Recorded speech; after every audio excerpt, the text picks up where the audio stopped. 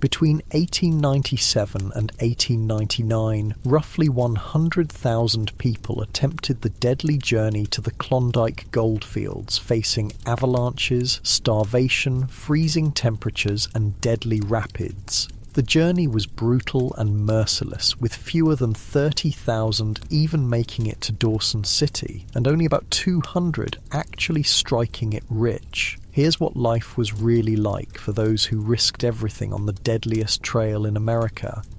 If you fall asleep to these, hit subscribe. Also, comment where you're listening from. Got people from New York to Berlin last time. Kinda cool thinking we're all drifting off together. Alright, tonight it's the Klondike Gold Rush. But hold on, get yourself comfortable first. Like, actually cozy. Pillows good? Blanket situation handled? Perfect. Trust me on this one. The newspaper hits the floorboards with a slap that makes you jerk awake. Your landlord's voice booms through the thin door. Read rent's due tomorrow, don't make me come looking for you. You roll to your side on the lumpy mattress, springs digging into your ribs like accusing fingers. Seattle, 1897. Not exactly your golden era. The room smells like yesterday's fish and harbour fog, with a hint of desperation that seems to cling to everything these days. Your name is Thomas Reed, 32 years old, carpenter by trade, except there hasn't been much trade lately, not since the banks started collapsing in '93. 4 years of economic depression has a way of teaching you exactly how many meals you can skip before your hands shake too much to hold a saw. You drag yourself up and grab the newspaper, ready to scan the jobs section for the 5th time this week. But the headline stops you cold. Gold, ton of gold, arrives from Klondike. I mean, literally a ton. The steamship Portland just docked in Seattle yesterday with over a ton of gold. Today's equivalent of about $30 million, all from some creek nobody had ever heard of in Canada's Yukon Territory. You probably think I'm exaggerating. I'm not. This actually happened on July 15th, 1897. Real day, real gold, real ship. The article describes men stumbling down the gangplank, staggering under the weight of their fortunes. One guy had $5,000 in a coffee can, another carried $100,000 in a freaking sack. Several became millionaires literally overnight, from dust and nuggets they pulled out of a creek. Your fingers leave sweat marks on the newspaper as you read how it only took these guys a year in the Yukon to make more than you could earn in 10 lifetimes of carpentry. Sounds like horse shit to me, says Frank Porter, appearing at your doorway. He's a fellow tenant, burly iron worker who hasn't worked iron in months. It's real, you tell him, passing the paper. Look at the photographs. Frank whistles low. Jesus, that one fella's barely holding up his sack of gold. Says here they couldn't find enough men to carry it all off the ship. Makes you think, doesn't it? You say. Frank's eyes meet yours, and you both know what the other is thinking. In 1897, there's a popular song called Everybody's Working But Papa. That's America right now. Unemployment as high as 43% in some places. Men sleeping in alleys, bread lines stretching for blocks. And then suddenly, gold. Not like the California strike that was already played out. This was fresh, new, untapped. Frank hands the paper back. I heard they're calling it a stampede, thousands already booking passage north.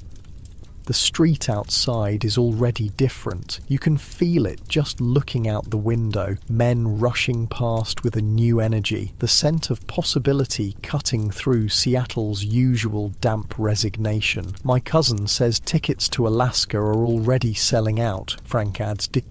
Ships that haven't been in water for years suddenly getting patched up and pressed into service.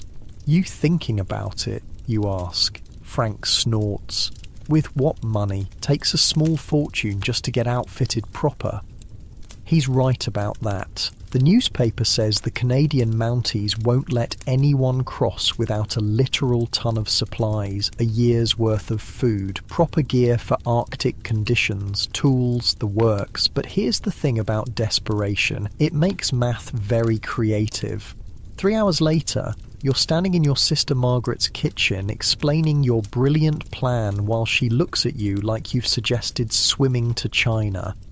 "You want to go where?" she asks, pausing with a dish rag in her hand. "The Yukon," you repeat. "The Klondike, where they found the gold." Her husband, Robert, looks up from his coffee. "With what money, Thomas?" This is where it gets awkward. "Well, I was thinking perhaps you might—" "No," Margaret cuts you off. "Absolutely not. We have 3 children to feed. And I'll pay you back 10 times over," you insist. "Look at the paper. These men are coming back with fortunes."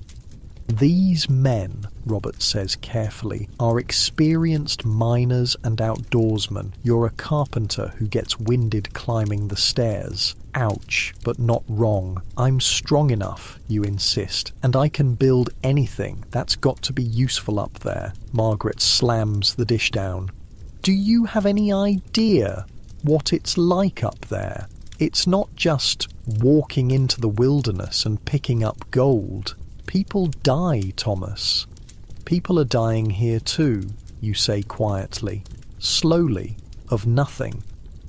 The kitchen falls silent except for the ticking clock. You've thought this through. You need about $600 for passage and supplies. Everything you own is worth maybe $40, but you're healthy, you're capable, and you're watching life slip away one missed meal at a time.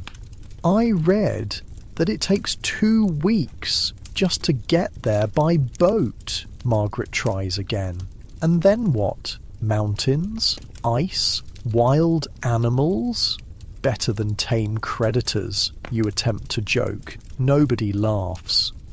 "For 1 year, you say finally. Give me a loan for 1 year. If I haven't struck gold by then, I'll come back and work it off." Robert and Margaret exchange looks, that silent communication of married couples. "It's madness," Margaret whispers. "It's a chance," you counter.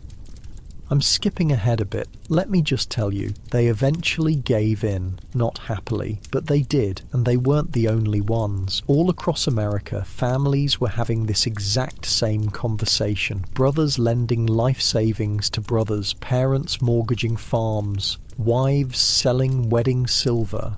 Gold fever isn't just a saying, it's a legitimate form of temporary insanity.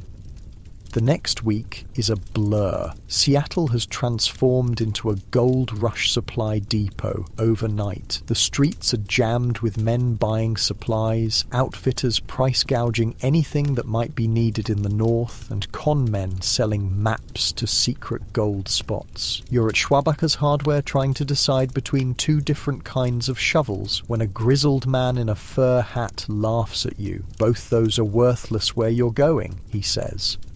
You look at him. "And where exactly am I going?" "Klondike, right? Written all over your face. First timer." You bristle slightly. "And you've been?" "3 times, he says, holding up fingers missing the top joints. "Frostbite, you realise with a chill. Lost these on my 2nd trip. Name's Harris." "Thomas Reed," you reply. "So which shovel would you recommend?" He snorts. "None of these. Look, kid, I'm 32. Like I said, kid, the ground up there is frozen solid, permafrost. You don't dig it like normal dirt, you thaw it inch by inch with fire. This is news to you. Fire? You build a fire on top of the ground, let it thaw down maybe a foot, dig that out, build another fire. It can take days to go down just a few yards." Your heart sinks a little. Nobody mentioned this part. "But that's only in winter, right?" you ask. Harris laughs again, a sound like boots on gravel. Winter is 9 months of the year up there, and the ground never really thaws deep. Listen, put back the fancy shovel and let me tell you what you actually need. For the next hour, Harris walks you through the store, pointing out what's essential and what's worthless. He's been to the Yukon 3 times, never struck it rich, but survived, which seems like an achievement in itself. Most important thing, he says, good boots, the best you can afford. Men lose toes up there like they're shedding skin. You swallow hard. And the gold? Is it really as plentiful as they say? Something flickers in Harris's eyes, something between hunger and warning. I've seen nuggets, the size of walnuts, just sitting in creek beds, he says quietly. But I've also seen men work for months and find nothing but mud and misery. The Yukon doesn't give up her gold easy. You keep running into Harris over the next few days as you gather supplies. There seems to be an invisible community forming, men preparing for the journey, sharing tips, warnings, rumours. Some have been mining for years, others, like you, couldn't tell gold from pyrite, but are willing to learn fast. You taking the White Pass Trail or Chilkoot? Harris asks over whiskey in a crowded saloon. You've been studying the maps. Everyone has to go to either Skagway or Dyer in Alaska by ship, then cross the coastal mountains to reach the headwaters of the Yukon River, which eventually leads to the gold fields. Chilkoot seems shorter, you reply. Harris nods. Steeper, though. Nearly straight up in places. But White Pass has turned into a mud pit with all the horses. They're calling it Dead Horse Trail now. Dead horse? Animals dying by the dozen, worked to death, breaking legs in the mud. The worst parts of the trail, you're literally walking on horse carcasses. You stare at your whiskey. Jesus. The Chilkoot's the smart choice for a man travelling light, Harris confirms. Just your own 2 feet to worry about. That night, back in your room, you spread out everything you've purchased on the floor. The Mounties won't let anyone cross the border without proof they're carrying a year's worth of supplies, no exceptions. Your pile includes 400 pounds of flour, 200 pounds of bacon, 100 pounds of beans, 25 pounds of dried vegetables, 25 pounds of coffee, 25 pounds of sugar, 25 pounds of dried fruit, a year's supply of matches, a gold pan, a shovel, an axe, a saw, a knife, cooking equipment, Arctic-rated clothing, boots, the best you could afford, tent, blankets, ropes. It all adds up to over 1,000 pounds of gear, and you'll be carrying every ounce of it yourself in multiple trips up a mountain trail that rises 3,500 feet in just 30 miles. You sit on your bed, suddenly overwhelmed. What the hell are you thinking? You've never even been camping before. There's a knock at the door. It's Frank. Got my ticket, he says, holding up a steamship passage to Alaska. Sold everything I own and borrowed the rest from my brother. You're going? You ask, surprised. We're going, he corrects you. SS Queen, leaving in 2 days. I got you a ticket too. Frank, I can't pay you back until we're rich, he finishes. I know, but 2 have better odds than 1, right? Besides, who else is going to make sure you don't fall off a mountain? 2 days. Just 2 days to say goodbyes, finish gathering supplies, and prepare for a journey that many won't survive. That night, you can't sleep. Your mind keeps circling through what lies ahead. The ship journey, the mountain pass, building a boat, riding rapids, finding a claim, mining in frozen ground, and somewhere at the end of it all, gold, freedom, a future, or death. Plenty of men will find only that. The night before departure, you have dinner at Margaret's house. The children are unusually quiet, watching you like you might disappear if they blink. I still think you're crazy, Margaret says, but she's made your favourite meal and packed extra socks in your gear. Probably am, you admit, but better a crazy chance than a certain slow decline. You write, she demands, every chance you get. I promise. Robert hands you a small leather pouch. It's a compass. Belonged to our father. You swallow hard. I'll bring it back. Bring yourself back, Margaret says firmly. Morning comes too quickly. The docks are chaotic. Hundreds of gold seekers crowding gangplanks, mountains of supplies being loaded, families saying tearful goodbyes. The air smells of sea salt, coal smoke, and possibility. The SS Queen looks worryingly small for the journey ahead. A coastal steamer pressed into service for the Alaska route. Word is that any vessel that can float is now carrying stampeders north. They say we're packed in worse than cattle, Frank remarks as you jostle your way aboard with the bare essentials. Your main supplies are in the cargo hold. Cattle get slaughtered at the end of their journey, you reply. Let's hope the comparison ends there. The ship's whistle blows, deep and mournful. Final goodbyes are shouted across widening gaps of water. A man next to you is openly weeping as he waves to a woman on the dock. That your wife? You ask gently.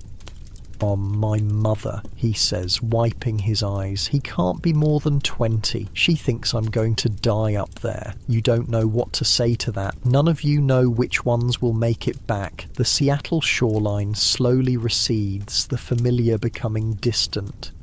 You're on your way to the Klondike, to the gold, to whatever fate awaits in the frozen north. Harris appears beside you at the railing. Last chance to turn back, he says with a crooked smile. Ship's already sailing, you point out.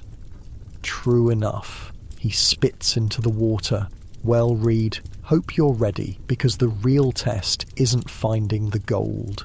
What is it then? His eyes meet yours, serious now. Surviving long enough to spend it. The ship turns northward, carrying its cargo of dreams and desperation toward the Alaskan coast. 2 weeks of open ocean before you reach Dyer. Then the real journey begins. You have no idea what you've gotten yourself into, but there's no turning back now. The ship lurches violently, sending you crashing into the bulkhead. Your stomach heaves as the SS Queen rides another massive wave. 2 days at sea, and you've discovered something crucial about yourself. You were absolutely not meant to be a sailor. You look like death warmed over, Frank says, somehow still standing as the ship pitches again. You'd respond, but opening your mouth seems dangerous at the moment. The cramped cabin reeks of unwashed bodies, wet wool, and the unmistakable tang of vomit. There are 12 men sharing a space designed for 6, and at least half of you are seasick. I've got some advice, Frank continues, unhelpfully cheerful. My cousin was in the Navy, says you should eat something, keeps the stomach settled. You glare at him. If I eat something, it won't stay settled for long.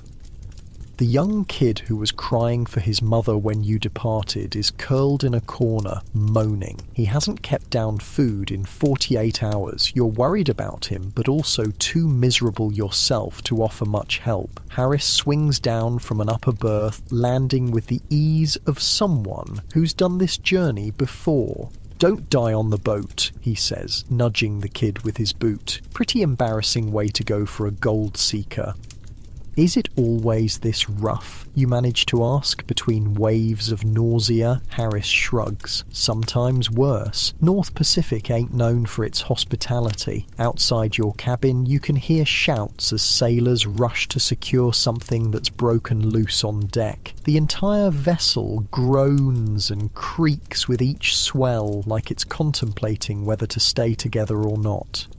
A man in the bunk above you leans down, face green. My brother did this last month. Said it took them 17 days to reach Dyer because of storms. 17 days? The thought makes your stomach turn again. If we sink, Frank jokes, at least we won't have to climb that mountain. Nobody laughs. Harris pulls out a flask and takes a swig.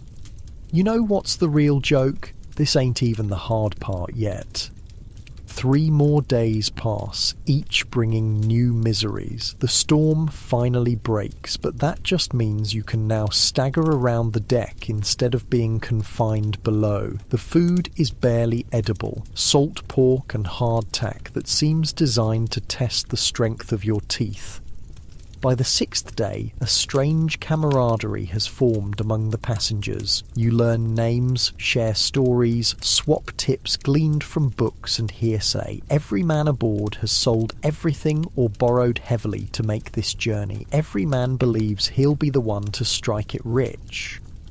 The kid, who couldn't stop vomiting, has recovered enough to introduce himself. William Daniels, 19 years old, former bank clerk from Portland. Everyone calls me Billy, he says, still pale but standing now. I've never even been camping before. You smile despite yourself. That makes 2 of us. 3, Frank admits, surprising you. Closest I got was sleeping in my uncle's barn after a wedding. Been too drunk to make it home. At night, huddled in your bunks, men talk about what they'll do with their gold. Buy a ranch in California, start a business, pay off debts, support aging parents. Your own dreams are more modest. A carpentry shop of your own, maybe a small house. Enough security that an economic downturn won't leave you starving. Harris rarely joins these conversations. When Billy asks him what he'll do with his next fortune, he just stares into his tin cup of coffee. First fortune got drunk away, he says finally. Second fortune went to doctors for my wife's consumption. She died anyway. Third one, he shrugs. Maybe I'll figure out something better to do with it this time. The ship grows quieter after that. On the 10th day, the captain announces we're approaching the Alaskan coast. Everyone rushes to the railing, straining for the first glimpse of land. What emerges from the morning fog steals the breath from your lungs. Mountains. Not like any mountains you've ever seen. These rise straight up from the sea, massive walls of rock and ice that pierce the clouds, snow-covered peaks that look like they're holding up the sky itself. Sweet Jesus, Frank whispers. That, Harris says, pointing at what seems like an impossibly narrow passage between towering cliffs, is where we're going. Billy's face has gone pale again. We have to climb those? Just the small ones, Harris replies with a grim smile. The Lynn Canal, they call it, a deep fjord cutting through the coastal mountains. The ship navigates carefully through waters crowded with chunks of ice that have carved off the glaciers. The closer you get to shore, the more intimidating the landscape becomes. And then rounding a bend, you see it. Dire. That's it? Frank sounds disappointed. That is a muddy beach with a long pier stretching out into the water. Behind it, a scattered collection of tents and hastily constructed wooden buildings. And beyond that, the mountains, looming like judgmental gods. The real shock comes when the Queen anchors offshore, and you realise you're not pulling up to the pier at all. Shallow water, Harris explains. Big ships can't make it in. We get to ride the lighter boats.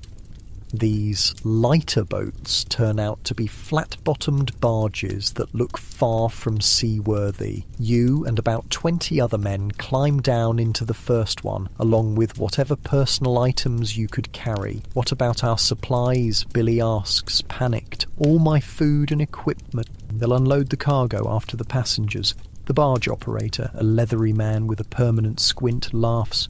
For a price, of course. Nothing's free in Dire. He's not kidding. When you reach shore, the chaos is immediate. Hundreds of men are crowded on the beach, arguing with boat operators and local natives about transport prices. Mountains of supplies are piled haphazardly on the muddy ground. Dogs bark, men shout, and everything smells of salt water, mud, and unwashed humanity. "Welcome to Alaska," Harris says dryly. It takes 3 hours of arguing, negotiating, and finally paying exorbitant rates to get your supplies onto the beach. By then, the sun is setting, casting long shadows across the narrow valley that leads toward the infamous Chilkoot Pass. You stake out a small patch of relatively dry ground and set up the tent you'd purchased in Seattle, an activity that turns out to be far more complicated than the store clerk had suggested. "You've got it inside out," Frank points out after watching you struggle for 10 minutes. "I know that," you lie, flipping the canvas in frustration. Harris, who set up his own shelter with practiced efficiency, walks over with a steaming tin cup. "Coffee?" he offers. "Got a fire going." You accept gratefully. The evening air has a bite to it, colder than any Seattle night even though it's still summer. The coffee burns your tongue, but sends warmth spreading through your chest. "What happens now?" you ask Harris. He gestures toward the valley. "Tomorrow we start hauling our gear toward the pass. First stop's a place called Finnegan's Point, about 6 miles in. Then it's Canyon City, then Sheep Camp. That's the last stop before the summit. And we carry everything ourselves." Billy has joined you by the fire, clutching his own cup of coffee like it might try to escape. Harris nods. "Unless you've got money for packers, natives will carry for about 20 cents a pound. Some white men doing it too now. You do the math quickly. 1,000 pounds of supplies at 20 cents a pound. That's $200, money you definitely don't have." "What's it like?" Frank asks. "The trail."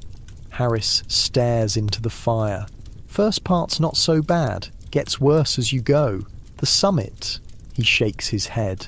"The summit's something else. We've heard it's steep," you prompt.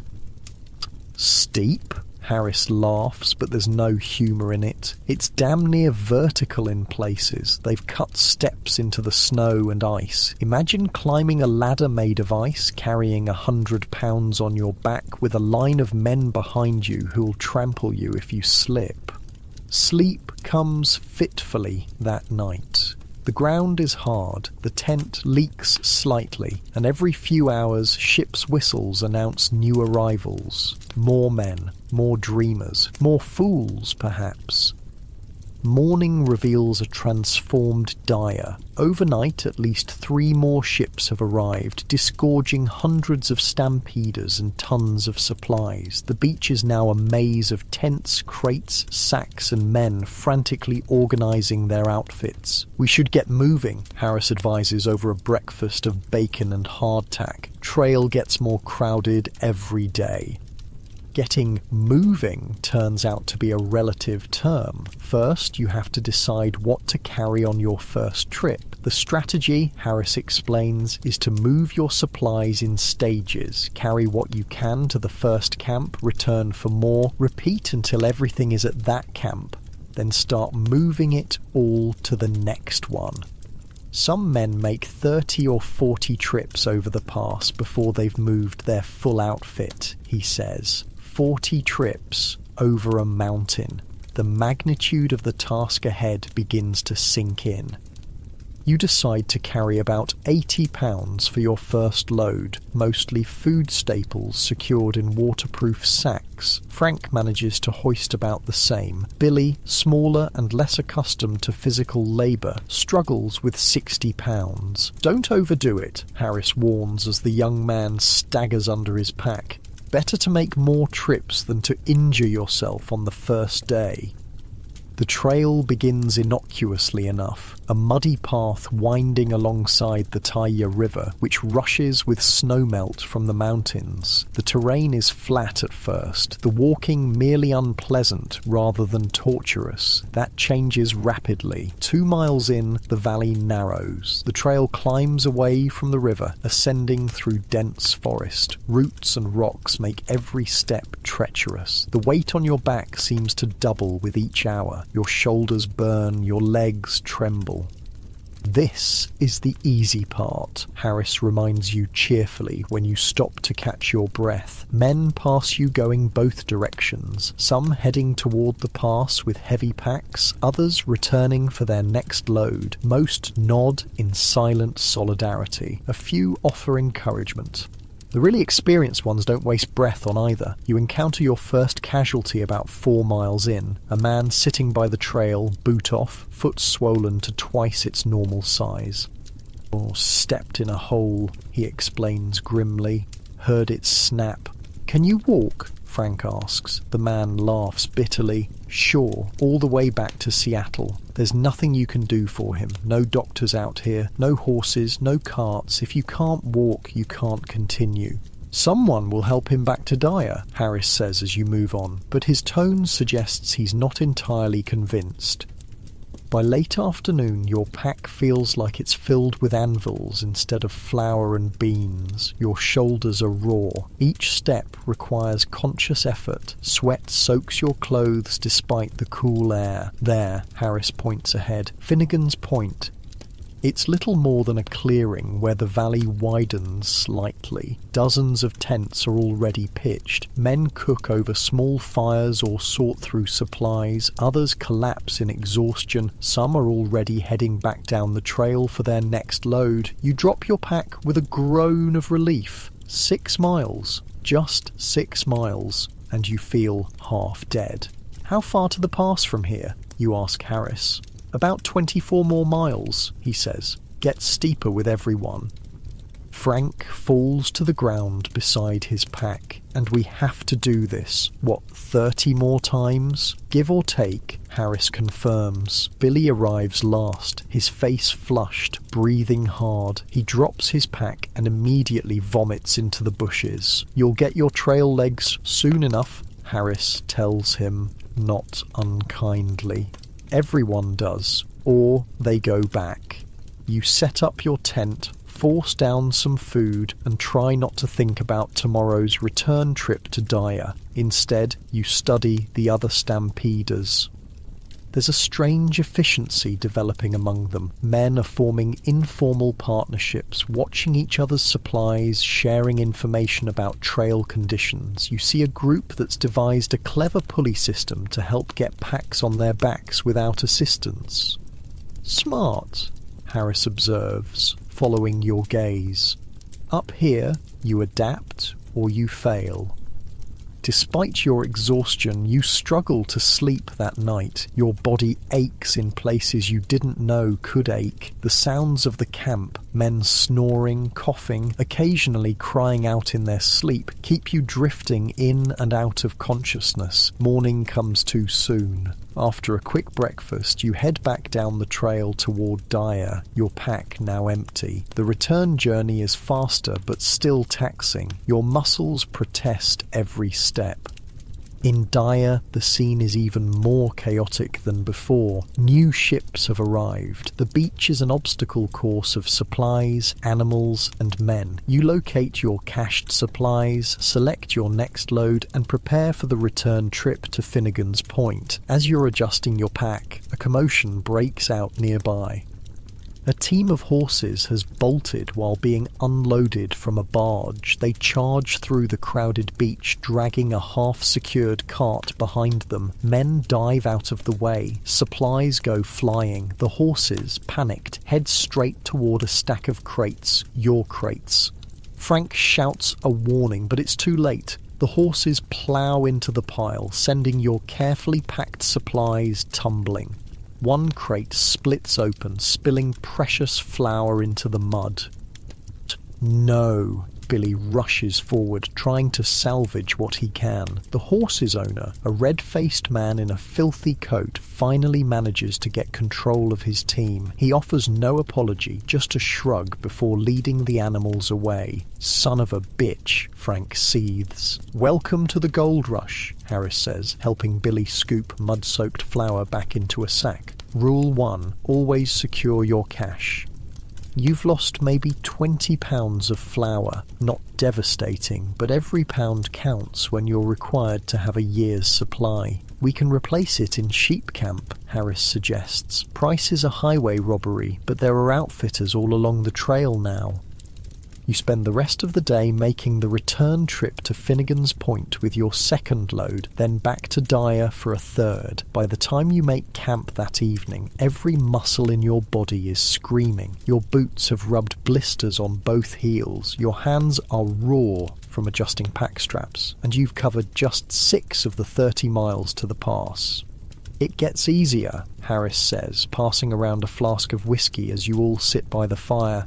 "Body adjusts." "Does it?" Frank doesn't sound convinced. "No," Harris admits after a moment, "but you get better at ignoring the pain. Over the next week, you settle into a grueling routine. Up at dawn, load up, hike to the next cache point, return for more, repeat until collapse. Each day, you push a little further along the trail. From Finnegan's Point to Canyon City, another 6 miles of increasingly difficult terrain. The trail narrows, crosses the river on precarious log bridges, climbs steeply in places. Your outfit, the term everyone uses for their supplies, moves slowly up the trail in stages. Canyon City is little more than a collection of tents and a few hastily constructed buildings perched on a rocky shelf above the river, but it now has saloons, restaurants and outfitters charging 5 times Seattle prices for replacement supplies. Price of doing business? Harris shrugs when you express outrage at being asked $2 for a pound of coffee that costs 30 cents in Seattle. You notice changes in yourself as the days pass. Your hands, once smooth from carpentry work, are now calloused and cracked. Your shoulders no longer scream with each load. They merely grumble. You've lost weight, but your legs feel stronger. You're learning to pack efficiently, to balance loads, to pace yourself on the steeper sections. Frank has developed a hacking cough that worries you, though he insists it's nothing. Billy's transformation is the most dramatic. The bank clerk's soft hands are bleeding constantly, but he never complains. His face has thinned, making his eyes seem larger. He's quieter now, the initial panic replaced by grim determination. "How much further to the summit?" Billy asks as you all eat dinner outside your tents in Canyon City. "From here, it's about 5 miles to sheep camp," Harris answers. "That's the last stop before the scales." "The scales?" you ask. "The steepest part. They call it the scales because that's where they weigh your load before the final climb." Harris takes a bite of beans. "From sheep camp to the scales is about 4 miles. Then it's just under a mile to the summit. Steepest damn mile you'll ever walk." 10 more miles. It doesn't sound that far, but you've learned that distances mean something different here. The trail from Canyon City to Sheep Camp proves Harris right. It's by far the most difficult stretch yet, following the river through a narrow canyon where the path sometimes clings to sheer rock walls. In places, crude wooden walkways have been constructed over particularly treacherous sections. You see your first dead body on this stretch, a man lying face down beside the trail, pack still on his back. Heart attack, someone says. No one has time to bury him. By unspoken agreement, you each remove your hats as you pass, but you keep moving, always moving. It takes 4 days to get all your supplies to Sheep Camp. The settlement is the largest you've seen since Dyer. Hundreds of tents spread across a widening of the valley, with actual wooden buildings housing businesses that seem more permanent. The reason becomes clear when Harris explains that many stampeders stage here for days or weeks, waiting for good weather before attempting the summit. "See that?" Harris points up the valley where the trees thin out and the bare rock and snow begin. At first, you're not sure what he's indicating. Then you see it. A thin black line zigzagging up an almost vertical slope, a line that's moving. "That's the trail?" Frank asks incredulously. "That's the trail," Harris confirms, "and each of those little moving dots is a man carrying a pack." You squint, trying to make sense of the scale. The dots look impossibly small against the vastness of the mountain. The trail itself seems to go straight up in places. "Good God," Billy whispers. "Many have called on him on that stretch," Harris says, not sure how often he answers. That night, in sheep camp, a storm rolls in. Rain hammers your tent. Wind threatens to tear the canvas from its stakes.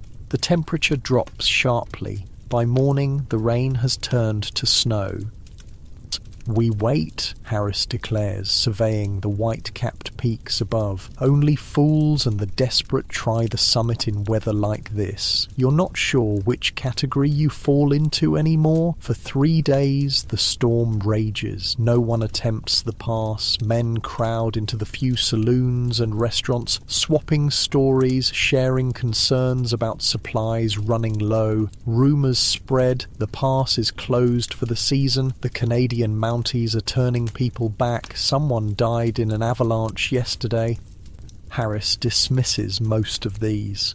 "Trail gossip," he says, "but the avalanche risk is real enough when it snows like this." On the 4th morning, you wake to silence. The wind has stopped. Poking your head outside the tent, you see stars fading in a pre-dawn sky of perfect clarity. "Today," Harris announces, already packing his summit gear. "We go today." You gather only what you can carry in one trip, about 80 pounds of your most essential supplies. The plan is for each of you to make multiple trips over the summit, just as you've done on earlier sections. "Leave your tent," Harris advises. "We'll come back for the rest once we've established a cache on the other side." By the time you're ready, a steady stream of men is already moving up the trail toward the scales. Everyone recognizes the opportunity of clear weather. Everyone knows it might not last. The trail out of sheep camp starts gradually enough, winding through the last stunted trees before the timberline. But soon the vegetation disappears entirely, replaced by snow, ice, and rock. The path steepens dramatically. Your breath comes in painful gasps. The air seems thinner, though Harris says it's just the exertion. Sweat freezes on your face. Your pack feels like it's filled with lead, and you haven't even reached the real challenge yet. 3 hours of brutal climbing brings you to what must be the scales. Relatively flat area where the trail seems to pause before the final ascent. Men with makeshift scales are indeed weighing packs, though it's not clear who authorized them to do so. "Too heavy," one declares, examining Billy's load. "You'll never make it up with that." "I have to," Billy insists. The man shrugs. "Your funeral." You look up at what awaits. The infamous Chilkoot Pass. From here, it's clear why Harris called it damn near vertical. The trail is literally a staircase chopped into the snow and ice, rising at an angle that seems impossible for a laden man to climb. It stretches up and up, disappearing into a notch between peaks that marks the summit and the Canadian border, and the stairs are packed with men moving slowly upward in a continuous line like ants climbing a wall. "They call it the Golden Stairs," Harris says beside you, though there's nothing golden about them. You watch as a man near the top stumbles, loses his balance, and falls. His pack comes loose, tumbling down the slope, narrowly missing several climbers before smashing onto the rocks below. Somehow, the man himself manages to catch himself, clinging to the steps as those behind him carefully maneuver around. "That's about a year's wages he just lost," Harris remarks. "And almost his life," you add. Harris just nods. "Ready?" "No, you're not ready." Looking at that final climb, you're not sure you'll ever be ready, but Frank is already adjusting his pack. Billy, pale but determined, is doing the same. So you hoist your load, tighten the straps until they bite into your shoulders, and take your place in the line of men preparing to ascend the golden stairs. The final test is about to begin. The first step onto the golden stairs nearly breaks you. Your boot slips on ice polished smooth by thousands of feet before yours. For one heart-stopping moment, you're certain you're going down, taking a dozen men with you. Somehow your hand finds a grip on the crude rope strung alongside the steps. You steady yourself, breathing hard. One step, Harris grunts from behind. Then another. Don't think about the top. One step, then another. Your world narrows to the ice beneath your feet and the back of the man in front of you. The pack tries to pull you backward with each movement. 80 pounds doesn't sound like much until it's actively trying to kill you. The line moves with excruciating slowness. No one can pass, no one can rest. To step out of line means to yield your spot, which might mean hours more waiting. So you keep climbing, though your legs burn and your lungs feel like they're filling with broken glass. 20 minutes in, the man ahead of you stops suddenly. The whole line grinds to a halt. "What's happening?" you call forward. The word comes back down the line. "Fallen pack, blocked trail." You take the moment to catch your breath. Sweat pours down your back despite the freezing temperature. You don't dare look down, or up for that matter. Better not to know how far you've come or how far you have to go. "Doing all right, Reed?" Harris asks. You manage a grunt that might pass for yes. The line starts moving again. Step, breath. Step, breath. Men curse, men pray, men count steps aloud like it's the only thing keeping them sane. Maybe it is. An hour into the climb, your body is screaming for rest. Your shoulders are on fire where the pack straps dig in. Your thighs quiver with each step, yet all around you men keep climbing. So you climb too. Billy is somewhere ahead, Frank somewhere behind. You've lost sight of both in the single file trudge upward. It's just you, the mountain, and hundreds of strangers all fighting the same battle. The wind picks up, sending needles of ice against your exposed face. Your beard, which you haven't bothered to shave since Seattle, is crusted with frozen breath. The fingers gripping the guide rope have lost all feeling. Almost halfway, someone shouts encouragingly. "You could kill that man with your bare hands if you had the energy to reach him." 2 hours in, a commotion erupts further up the stairs. Shouts, a scream. The line stops again. "Man down," comes the call. Heart gave out. They're passing him down the line, hand to hand, a limp form being carefully manoeuvred past the ascending climbers. When the body reaches you, you see his face, blue-tinged, eyes staring at nothing. He looks about 60, though it's hard to tell beneath the frost-crusted beard. "One less man at the diggings," someone mutters as the body continues its journey down. You want to be horrified at the callousness, but a small, terrible part of you understands. Up here, death is just another obstacle to navigate around. 3 hours. Your world has become pain. Your legs move mechanically, without conscious input from your brain. The only thought you can hold on to is Harris's advice. One step, then another. "Look up, Reed," Harris wheezes behind you. "Take a gander." Against your better judgment, you raise your eyes from the endless stairs. And there it is, the summit. Much closer now, a notch between peaks where men are silhouetted against the sky, moving over the top and disappearing from view. The sight gives you a surge of energy. "We're going to make it," you say, half to yourself. "Course we are," Harris replies. "Told you the stairs was the hard part. After this, easy street." You don't believe him for a second. 4 hours after beginning the ascent, your hand reaches up and finds nothing.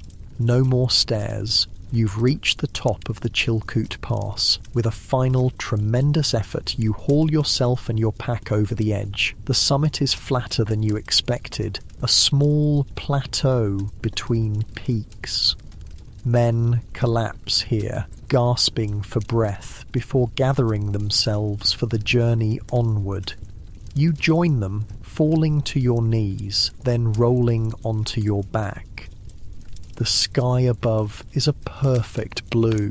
You've never seen anything so beautiful. Made it, Frank wheezes, appearing beside you and dropping his pack. Jesus, Mary, and Joseph. Where's Billy? You ask, suddenly concerned. Frank points back toward the stairs. Coming, slower, going for him. 10 minutes later, Billy crests the summit. His face is grey with exhaustion, but his eyes are bright with triumph. He staggers a few steps, then collapses next to you. I thought, he gasps, I thought I was going to die on those stairs. Day's still young, Harris says cheerfully, appearing behind him. Plenty of time for dying yet. You laugh, the sound strange in your own ears. You've made it over the Chilkoot Pass. The worst is behind you. Or so you think, until Harris points to a line of men at the far edge of the summit plateau. Canadian Customs, he explains. Mounties checking everyone's outfit. They're doing that up here? Frank asks incredulously. Harris nods. Summit's the border. They want to make sure nobody gets through without their year's supplies, like I told you in Seattle. They're serious about it. The red-coated Mounties have set up a checkpoint where the trail continues down the Canadian side. Each stampeder must present his outfit for inspection. Those who don't have the required supplies are turned back, forced to return down those golden stairs to gather more. But we're only carrying part of our outfits, you protest. The rest is still at sheep camp. They know that, Harris reassures you. Just tell them you've got multiple loads coming. They'll issue you a numbered tag. You show that each time you cross with more supplies. The four of you join the inspection line. After half an hour of waiting, you reach a stern-faced Mountie with a clipboard. He looks you over with practiced efficiency. Name? He asks. Thomas Reed. How many in your party? 4. Total weight of your outfit? About £1,000 each, sir. How many trips do you anticipate making over the pass? You look at Harris, who holds up his fingers. Probably a dozen or so, you answer. The Mountie nods and hands each of you a small metal tag with a number stamped into it. Present this each time you cross. Once your complete outfit has been verified, you'll receive a certificate allowing you to proceed to the Yukon Territory. Yes, sir, you reply, surprised by the bureaucratic efficiency in such a remote location. Welcome to Canada, the Mountie adds, almost as an afterthought. And good luck. Beyond the checkpoint, the trail descends sharply again, though nothing like the brutal stairs on the American side. The path winds down through snowfields toward a tree line in the distance. Crater Lake is about 3 miles down, Harris informs you. That's our next staging area. After that, it's on to Lake Lindeman, then Lake Bennett. How far to Bennett? Billy asks. From here, about 30 miles. 30 more miles of hauling supplies. The thought is almost enough to make you turn around. Don't look so glum, Harris says, noticing your expression. The worst is behind us now, and Bennett's where we build the boats. Boats? This is news to you. Harris nods. Only way to get to Dawson once you've got all your gear over the pass. Build a boat at Bennett, then float down the Yukon River, about 500 miles. 500 miles by boat, through unknown waters, in a vessel you have to build yourself. The magnitude of this journey keeps expanding before you. One step at a time, Frank reminds you, seeing your face. Let's just get to Crater Lake first. The descent is easier than the climb, but still treacherous with heavy packs. The snow gives way to rocky terrain, then sparse trees as you lose elevation. By late afternoon, you reach Crater Lake, a small, ice-rimmed body of water surrounded by a growing tent city. Like every stop before, you establish a cache for your supplies, set up a temporary camp, then prepare for return trips to bring the rest of your outfit over the pass. Harris suggests resting for the remainder of the day before heading back to sheep camp tomorrow. You don't argue. Every muscle in your body feels wrung out. You manage to help set up the tent and heat some beans before collapsing into an exhausted sleep. Morning brings fresh pain as your abused body protests even the simplest movements, but there's no choice but to continue. You leave most of your gear at Crater Lake and begin the trek back to sheep camp for your next load. Heading down the golden stairs proves almost as challenging as going up, just in different ways. The strain shifts from thighs to knees. The constant braking motion sends shooting pains through your shins. Men pass you going both ways, up with fresh loads, down for more. It takes 3 days to get back to sheep camp, gather your next loads, and return to the summit. The Mountie checks your tag, nods, and waves you through once more. You make the descent to Crater Lake for the second time, add the new supplies to your cache, then turn around again. This becomes your life. Up and down. Up and down. Load after load. The days blur together in a haze of exhaustion and pain. Your world narrows to the trail, the weight on your back, and the next step forward. On your 6th crossing of the summit, you hear rumours of disaster. An avalanche has struck the trail just below sheep camp, burying dozens of stampeders. Was anyone we know there? You ask Harris anxiously when you meet him at Crater Lake. He shakes his head. Don't think so, but they're saying 60, maybe 70 men died. The news is sobering. Nature, it seems, is an even more formidable gatekeeper than the Mounties, yet the line of men crossing the pass never diminishes. If anything, it grows longer as more ships arrive in Daya and Skagway. By your 9th crossing, you're moving the last of your supplies over the summit. The Mountie with the clipboard checks your tag one final time, then hands you each a certificate. You're cleared for the Yukon Territory, he announces. Good luck at the diggings. From Crater Lake, you begin moving your complete outfit toward Lake Bennett, where you'll build your boats. The terrain is less steep now, but still challenging. A series of smaller lakes connected by portages. Lake Lindeman comes first, a long, narrow body of water nestled between mountains. Some stampeders are already building boats here, unwilling to make the final portage to Bennett, but Harris advises against it. Lindeman empties into Bennett through rapids that'll tear a poor boat to pieces, he explains. Better to make the final haul and build at Bennett itself. So you continue, moving your supplies in multiple trips along the shores of Lindeman, then over a rocky ridge to the final destination, Lake Bennett. The journey from summit to Bennett takes another 2 weeks of relentless labour.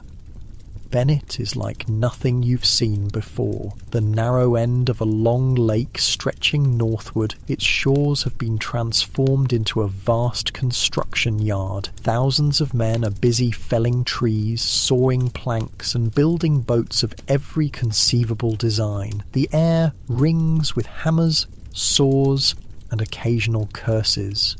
My God, Billy breathes when you crest the final rise and see the lake spread before you. It's like a city of boats, Frank agrees. Harris surveys the scene with a practiced eye. We need to find a spot with good timber nearby, and we'll need to build a saw pit. A what, you ask? Saw pit. One man stands below, one above. You work a long saw between you to cut planks from logs, unless you've got money for the sawmill. You follow his gaze to where a steam-powered sawmill has been set up near the water's edge. A long line of men wait with logs, ready to pay exorbitant prices to have them cut into usable lumber. We'll do it ourselves, you decide. Money is running too short for luxuries. You find a spot about 100 yards from the shore, close to a stand of spruce trees suitable for boat building. By nightfall, you've established your final camp and secured your supplies.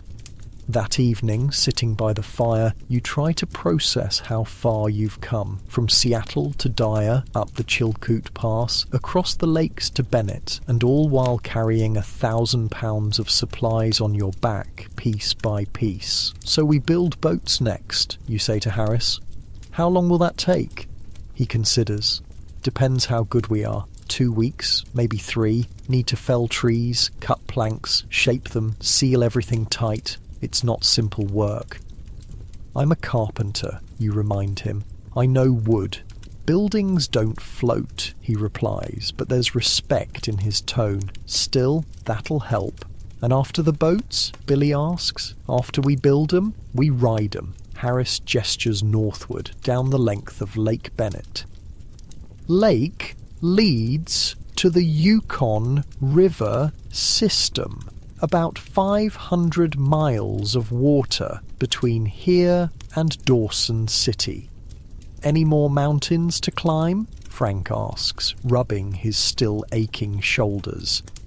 Nope, but there's the White Horse Rapids to get through. They've claimed plenty of boats and men. Of course there are rapids, you sigh. The next morning, boat building begins in earnest. First task, creating a saw pit. You and Frank dig a trench about 6 feet deep and 8 feet long, reinforcing the sides with logs to prevent collapse. This will allow one man to stand below while another stands above, working together to saw logs into planks. Next, you select suitable trees and begin the laborious process of felling them with axes and saws. Each tree must be limbed, cut to length, then lowered into the saw pit for processing into planks. It's exhausting work, but your carpentry skills prove valuable. Harris, who's built boats before, takes charge of the design. Nothing fancy, he explains. Flat-bottomed scow with a pointed bow. About 20 feet long, 5 feet wide, big enough for our outfits, but not too unwieldy for the rapids. Days pass in a blur of sawdust and sweat. Your hands blister, then callus over, then blister again. But the boat gradually takes shape. Frank proves surprisingly skilled with an axe, while Billy, though less physically strong, has a meticulous attention to detail that helps ensure the fit of each plank.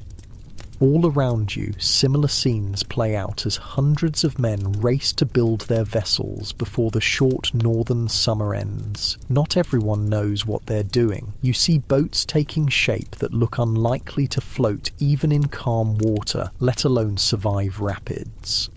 That one will sink within an hour, Harris predicts, nodding toward a particularly unfortunate construction nearby. Its builder, a former banker from Chicago, has used green wood that's already warping badly. Bennett develops its own economy and social life. Men with specialised skills offer their services for a fee. Temporary saloons serve overpriced whiskey. Gambling tents operate day and night. A few enterprising women have made the trek over the pass and now run restaurants or laundry services, charging astronomical rates that men gladly pay for a hot meal or clean clothes. News travels up and down the trail. More avalanches, more deaths on the Golden Stairs, ships arriving daily at Dyer and Skagway, disgorging hundreds more stampeders despite the lateness of the season, and rumours from downriver of rich strikes, of claims still open, of men finding nuggets the size of walnuts just lying in creek beds. Is it true, you ask Harris one night? Are they really finding that much gold? He pokes the fire thoughtfully. Some are, most aren't. That's how it always goes. 2 weeks into the boat building, disaster strikes. A sudden storm blows in from the mountains, bringing driving rain that turns the entire shore into a muddy quagmire. Worse, the rising water threatens many of the camps and partially completed boats. You work through the night, moving your supplies to higher ground and securing your half-built boat with ropes and stakes. Others aren't so lucky. The storm claims dozens of boats and damages countless supply caches. One man near your camp loses nearly all his flour when his tent collapses in the mud. "That's it for me," he announces the next morning, surveying the sodden remains of his outfit. "I'm heading back to Seattle." After nearly 2 months of back-breaking labour to get this far, he's giving up. But you can't really blame him. Without adequate supplies, the Mounties won't let him continue to the gold fields. And even if they would, it would be a death sentence to attempt the winter without proper food and equipment. The storm delays your boat building by several days, but eventually you're back at work. The vessel takes shape plank by plank. Harris shows you how to caulk the seams with oakum, then seal them with pitch to make the boat watertight. "Green lumber's gonna shrink," he warns. "We'll need to check for leaks constantly once we're on the water." By the 3rd week, your boat is nearly complete. It's not beautiful, but it's solid and spacious enough for 4 men and their supplies. You've even added a small mast and sail, though Harris says the Yukon's current will do most of the work. "Just need a name now," Frank says, surveying your creation. "Tradition says it should be a lady's name," Harris offers. "Margaret," you suggest immediately, thinking of your sister whose loan made this journey possible. The others nod in agreement, so the Margaret it is. On June 14th, 1800, Napoleon Bonaparte, first consul of France, faced complete defeat at the Battle of Marengo when 30,000 Austrian troops surprised his scattered forces. By mid-afternoon, his army was in full retreat and victory seemed impossible, but within hours, one of history's most dramatic battlefield reversals would cement Napoleon's legend and change the fate of Europe. Here's what it was really like to experience Napoleon's greatest comeback. Before we start, if these stories help you sleep, hitting subscribe would be amazing. And I'm curious, where are you listening from? Drop your location and time in the comments. Sometimes I see someone from Tokyo commenting at what's like 3 a.m. my time. Okay, tonight we're heading back to the Napoleonic Wars. But before we go anywhere, get comfortable. Seriously, take a second, adjust your pillows, fix that blanket. Where we're going, you're definitely going to want to be settled in. Your eyes flutter open to a damp grey dawn in northern Italy. The first thing that hits you is the soreness. Every muscle in your body aches like you've been trampled by horses. You're not in your cosy bed with its memory foam and clean sheets. No, you're sprawled on hard-packed earth with only a thin, scratchy wool blanket between you and the ground. The June morning should be warm, but there's a chill that seeps right into your bones from the rain-soaked soil beneath you. Around you, thousands of French soldiers are stirring in the pre-dawn light. The smell is, let's just say, an army of men who haven't bathed in weeks creates its own special aroma. Sweat, leather, gunpowder, and something else, that underlying tension that comes before battle. Up. Get up. Citizen. The Austrians are moving. The shout jolts you fully awake. The year is 1800, and you're a soldier in Napoleon Bonaparte's army of reserve. And this day, June 14th, will become one of the most legendary in military history, though right now it just feels like another miserable morning in a foreign country where people keep trying to kill you. You scramble to your feet, grabbing your musket. Your stomach growls painfully. Dinner last night was a half ration of mouldy bread that you had to choke down with some questionable water. The supply wagons are somewhere far behind the army, and foraging parties haven't brought back much. Napoleon's bold strategy of crossing the Alps has gotten you behind enemy lines, but it's also gotten you pretty damn hungry.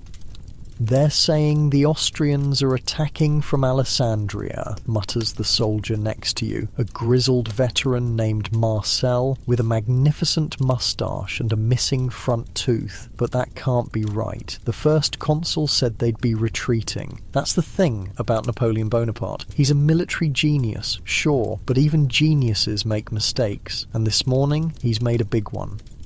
See, Napoleon's convinced that the Austrian army under General Michael von Melas is trying to escape east, so he's spread his forces out across miles of countryside to catch them. You and about 15,000 other French troops are around the village of Marengo, while another 10,000 are scattered elsewhere. It's a smart plan if the enemy is actually retreating, but they're not. As the morning fog lifts, an unmistakable sound rolls across the plains like distant thunder, cannon fire, a lot of it.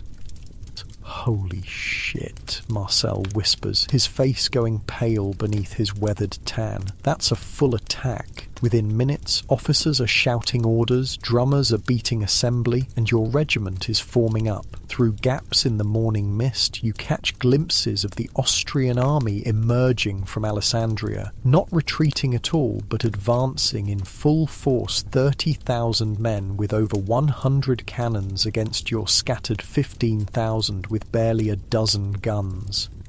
Wait. This can't be right. Napoleon is supposed to be the one surprising enemies, not the other way around. But here you are. The first consul was wrong, someone says nearby. We're completely outnumbered. And just like that, you're marching forward into what might be the last day of your life. See, Napoleon Bonaparte's not actually with you. That's another problem. He's miles away at his headquarters, convinced the Austrians are retreating, not attacking. By the time messengers reach him with news of the assault, precious hours will be lost. The initial Austrian attack hits like a hammer. Their artillery opens up and the sound is deafening, not just the boom of the cannons, but the whistling shriek of round shot tearing through the air, followed by the sickening thud when it finds its target. You watch in horror as a cannonball rips through your formation, taking 3 men with it in a spray of red. Your regiment forms up along a small stream called the Fontenone. It's not much of a defensive position, just a narrow waterway with steep banks, but it's all you've got. The orders are simple. Hold this line at all costs. The Austrians come in waves, their white uniforms standing out against the green fields. Their first assault hits the French centre, where General Victor's division is positioned. Your own regiment is part of General Lanz's division, off to the right flank. "All steady," your captain shouts. "Wait for the order." The first Austrian attack is repulsed. Men cheer around you. Maybe this won't be so bad after all, but then you look west and your heart sinks. More Austrian columns are forming up, a lot more. "I've been in 12 battles, Marcel says, calmly reloading his musket, "and I've never seen odds this bad." "Then why are you so calm?" you ask, your own hands shaking as you try to reload. He shrugs. "If today's my day, it's my day. Besides, I've seen the little corporal pull off miracles before." The little corporal, that's what veterans like Marcel call Napoleon, a nickname from his early days as a young artillery officer. But right now, the little corporal is nowhere to be seen and his soldiers are in serious trouble. The second Austrian attack is stronger than the first. They've brought up more artillery, and the French line along the Fontenone is being pounded mercilessly. The air fills with smoke so thick you can barely see 20 paces ahead. The roar of gunfire becomes continuous, not individual shots, but a rolling thunder of muskets and cannon. Time loses meaning in battle. Minutes stretch like hours. Hours compress into moments. The fighting along the Fontenone continues throughout the morning, attack after attack. The stream's water runs red in places. The bodies pile up on both banks.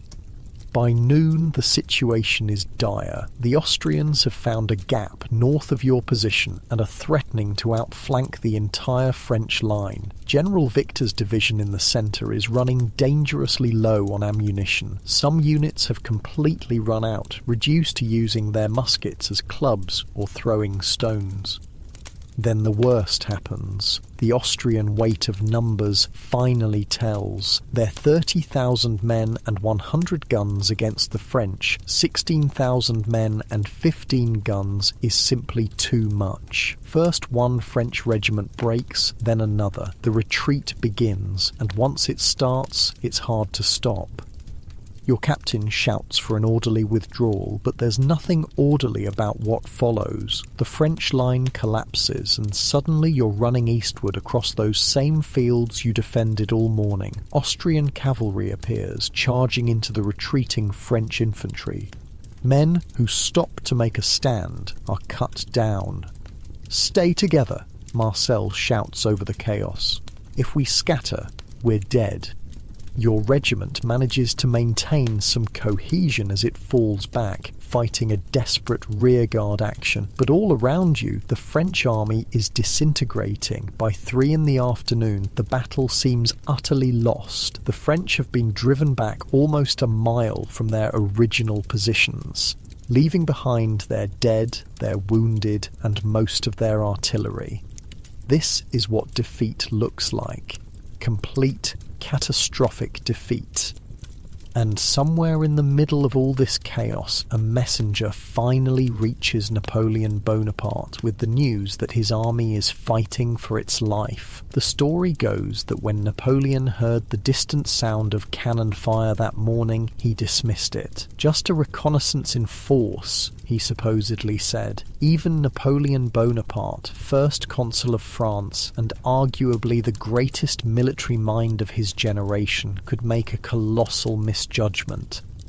By the time he realizes his error and races toward the battlefield, the situation appears hopeless. The French army that had marched triumphantly over the Alps is now streaming eastward in retreat, pursued by victorious Austrians. You're exhausted, parched and terrified as you stumble across the plains east of Marengo. Your unit has been reduced to perhaps half its original strength. Marcel is still with you, blood streaming from a minor wound on his forehead but otherwise intact.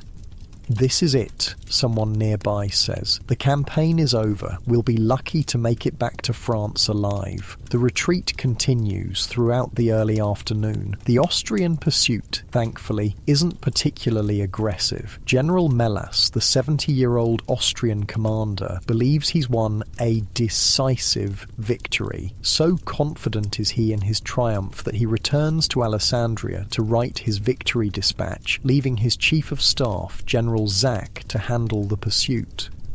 It's a decision that will go down as one of the worst in military history. Around 5 o'clock, as your shattered regiment reaches the village of San Giuliano, something unexpected happens. Fresh troops appear on the road, French troops, marching westward toward the sound of battle, not away from it. "Who are they?"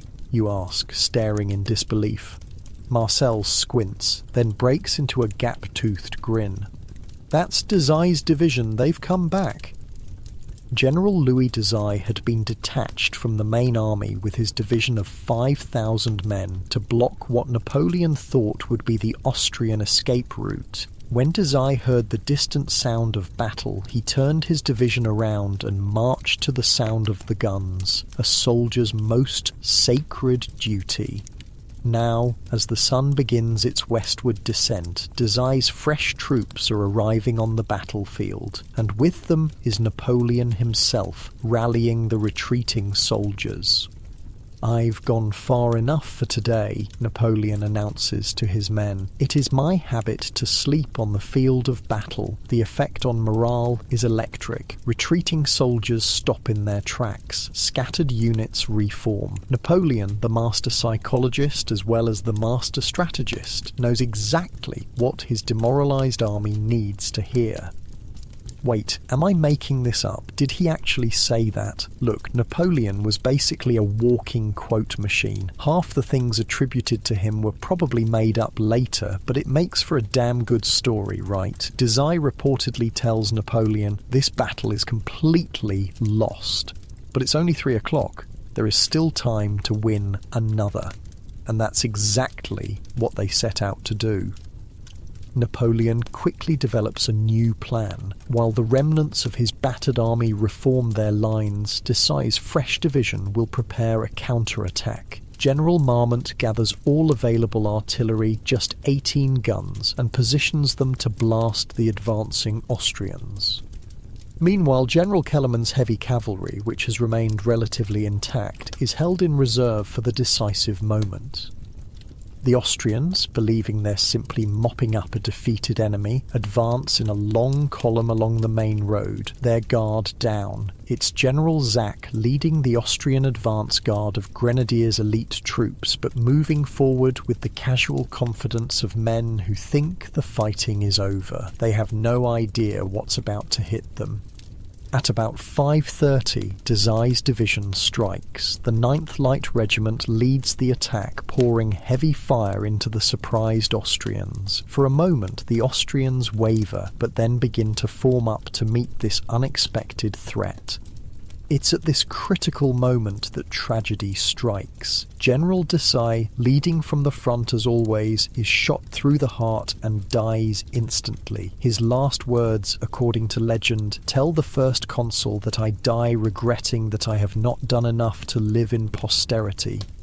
Again, with the suspiciously perfect last words. I mean, who knows if he actually said that? The guy just got shot through the heart, not exactly prime time for eloquent speeches, but it's one of those stories that's too good to not tell. The death of their commander could have broken the French attack. Instead, it galvanizes Desai's men. "Avenge our general" becomes their battle cry as they surge forward with renewed fury.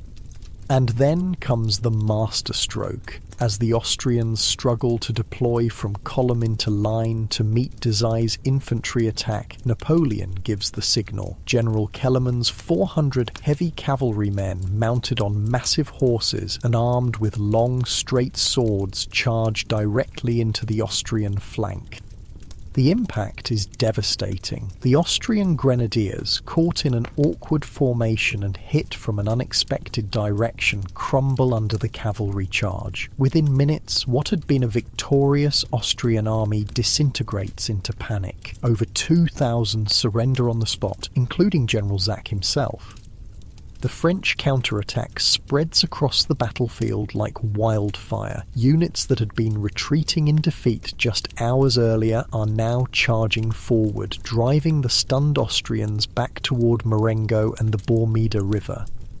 By nightfall, the battlefield that had witnessed a decisive Austrian victory at 3 o'clock has, by some military miracle, transformed into a decisive French victory by 7. The Austrians retreat in disorder across the Bormida, leaving behind thousands of dead, wounded, and captured. You and Marcel, who hours earlier had been certain you were facing defeat and possibly death, now find yourselves standing victorious on the same ground you'd been forced to abandon. The cost has been terrible, nearly 6,000 French casualties, but the Austrians have lost even more heavily, with 8,000 killed, wounded, or captured. As darkness falls, Napoleon Bonaparte stands triumphant on the battlefield of Marengo. This victory, snatched from the jaws of defeat, will cement his position as first consul of France and pave the way for his eventual coronation as emperor. And as for you and Marcel, you're alive, which is more than can be said for many of your comrades. You're exhausted, hungry, and blood-spattered, but alive. The next morning, the Austrian commander, General Melas, the man who'd been so confident of victory that he'd returned to Alessandria to write his triumphant dispatch, sends negotiators to Napoleon. The armistice he signs will give France control of northern Italy and cement Napoleon's reputation as a military genius. What no one mentions, of course, is how close it had been, how near to total disaster. In later years, Napoleon would rewrite the history of Marengo, downplaying his initial mistake and the role of men like Desailly and Kellerman in salvaging victory. The official narrative would become one of strategic brilliance rather than a desperate comeback. But those who were there, men like you and Marcel, would know the truth, that Marengo wasn't just a victory, it was a miracle. That evening, legend has it that Napoleon, hungry after his near-defeat turned stunning victory, asked his chef to prepare him a meal. The chef, finding little in the way of provisions, cobbled together a dish using a scrawny chicken, tomatoes, garlic and other ingredients foraged from nearby farms. This improvised dish would become known as chicken Marengo, supposedly one of Napoleon's favourites thereafter. Like many good stories, it's probably not entirely true. Napoleon's chef at the time, a man named Dunand, wasn't even with him at Marengo, and tomatoes weren't common in northern Italian cuisine of the period. But again, why let facts get in the way of a good story? As you sit by a campfire that night, sharing a meagre meal with Marcel and the other survivors, the magnitude of what you've just lived through begins to sink in. You've witnessed one of history's most dramatic battlefield reversals, a defeat transformed into victory through a combination of leadership, courage, and simple luck. The little corporal pulled it off again, Marcel says, gnawing on a piece of bread. Don't know how he does it. But you were there. You saw how close it came to disaster, and you can't help but wonder how many more miracles can one man's luck provide? How many more times can defeat be turned to victory? For now, though, you're simply grateful to be alive as you stretch out on the hard ground, your body aching from the day's exertions.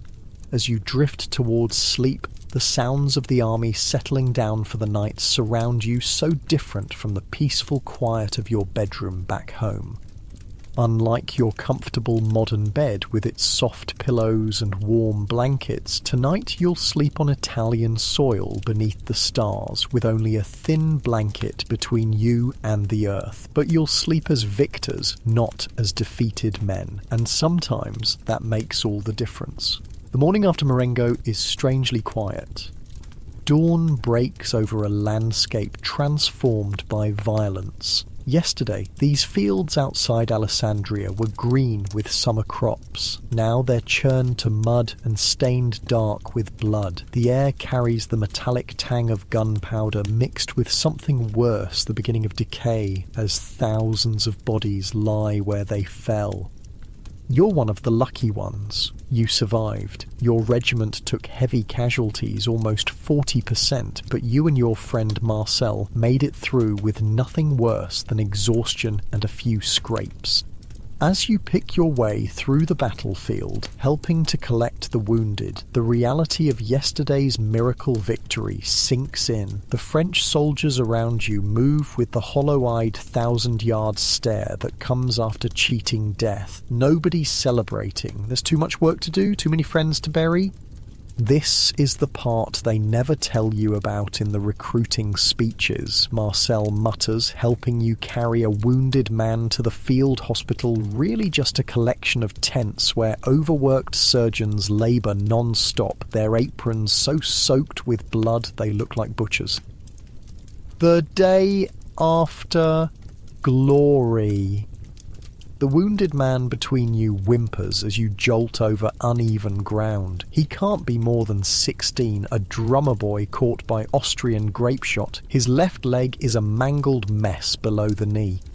He'll lose the leg, Marcel says quietly, making sure the boy can't hear. If he's lucky, that's all he'll lose. Death doesn't always come quickly on the battlefield. Sometimes it lingers for days as infection sets in. You've seen it before, the slow spread of putrefaction, the fever, the delirium, men begging for water, then begging for death. You reach the hospital tents and surrender your burden to a harried medical orderly. The smell inside is overwhelming: blood, urine, feces, and the sickly sweet odour of gangrene. The sound is worse: moans, screams, and the terrible wet sounds of surgery performed without anaesthesia. "Come on," Marcel says, pulling you away. "Nothing more we can do here." As you walk back toward your regiment's position, you pass a different kind of tent, larger, with guards posted outside. The Emperor's tent. Not that he's Emperor yet. In 1800, Napoleon Bonaparte is still just the first consul of France, technically one of 3 men sharing power. But everyone knows who's really in charge. "They say he slept on the battlefield last night," Marcel tells you, just like he promised. "You believe that?" you ask.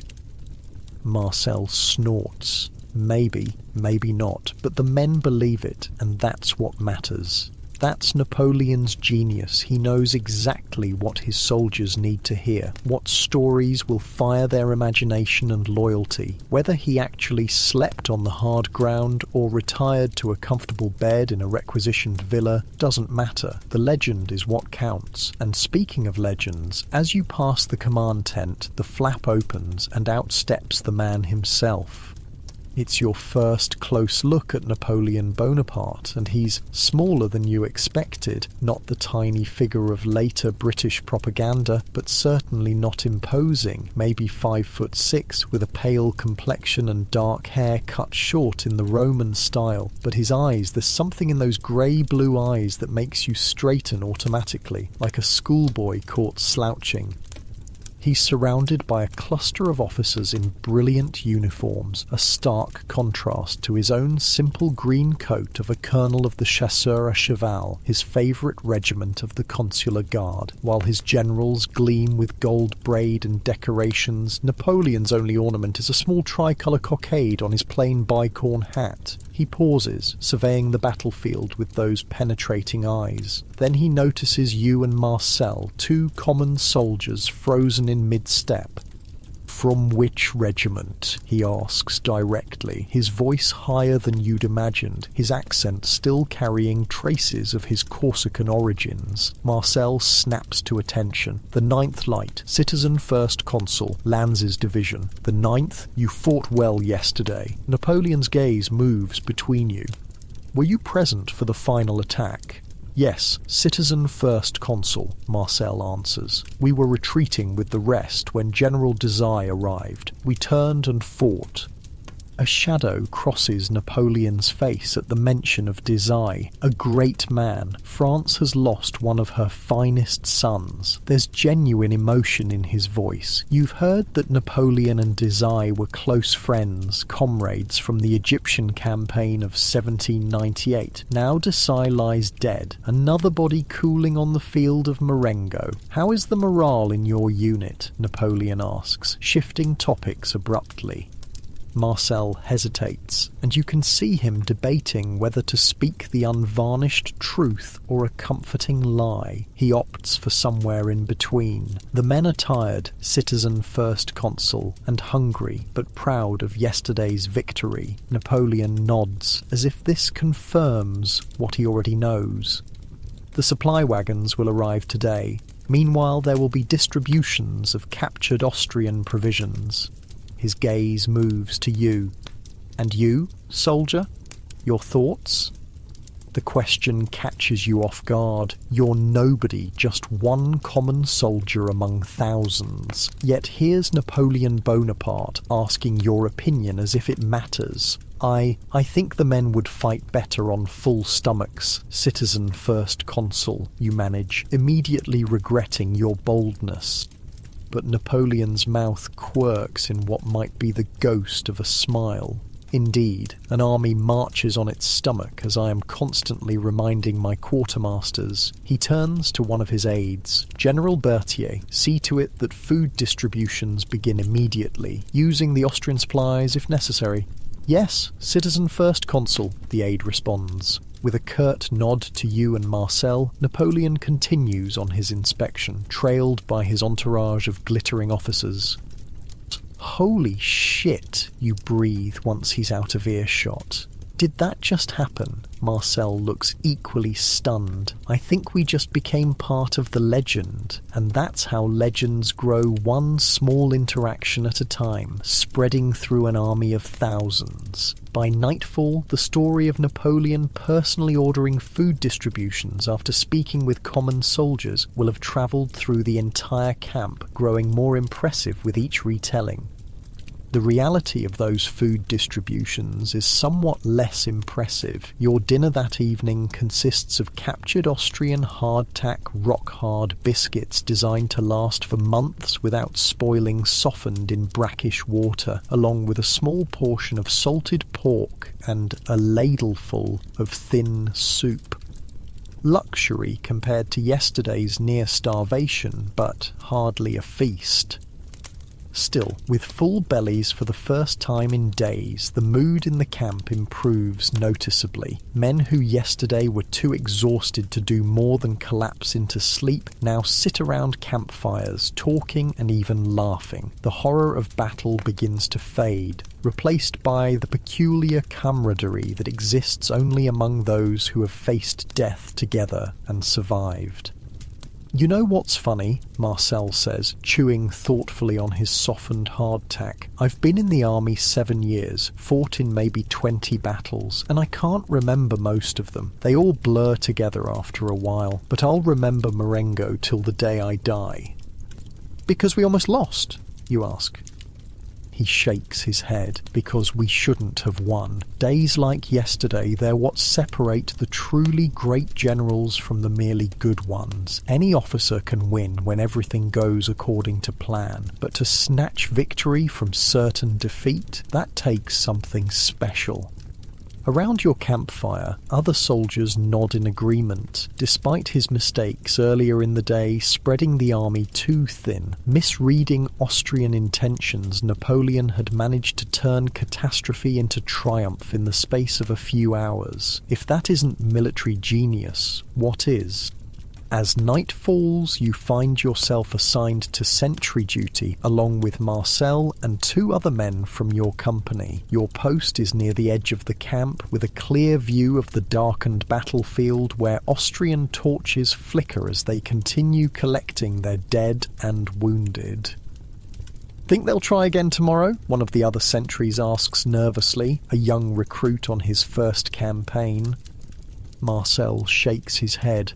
"Not a chance. Their army's broken. Melas will be lucky if he can get his remaining forces across the Po River intact." "So what happens now?" you ask. Marcel shrugs. "The Austrians sue for peace. We get to go home heroes. Bonaparte becomes a little more powerful, and then we wait for the next war to start." "You're a cynical bastard," the 4th sentry laughs. 7 years in Bonaparte's armies will do that to you, Marcel replies, but there's no bitterness in his voice. Despite his cynicism, you know he admires Napoleon. They all do, these veterans who followed him from victory to victory across Italy, Egypt, and now back to Italy again. The night passes slowly. You fight to stay awake, pinching yourself and pacing to keep from nodding off. Falling asleep on sentry duty is punishable by death, though in practice, first offences are usually handled with a brutal flogging instead. Neither option appeals to you. Around midnight, you notice movement on the darkened plain. Tensing, you raise your musket, peering into the gloom, but it's not an Austrian patrol, it's a woman, moving among the bodies with a lantern. "What the hell?" the young recruit whispers. "Who is that?" "Camp follower," Marcel says grimly, "robbing the dead. In every army, there are women who follow the troops' wives, lovers, laundresses, cooks, and yes, scavengers who strip the battlefield of valuables after the fighting ends. It's a grim business, but a profitable one. Shouldn't we stop her, you ask? Marcel shrugs. Why? The dead have no use for coins or rings, and she's probably got children to feed. It's another harsh reality of war that the romantic paintings and heroic poems never mention the desperate ecosystem that springs up around armies. For every soldier in Napoleon's forces, there's at least one civilian whose livelihood depends on the military machine. Sutlers selling food and drink, women washing clothes and tending the sick, craftsmen repairing equipment, and less savoury characters providing gambling, prostitution and other vices.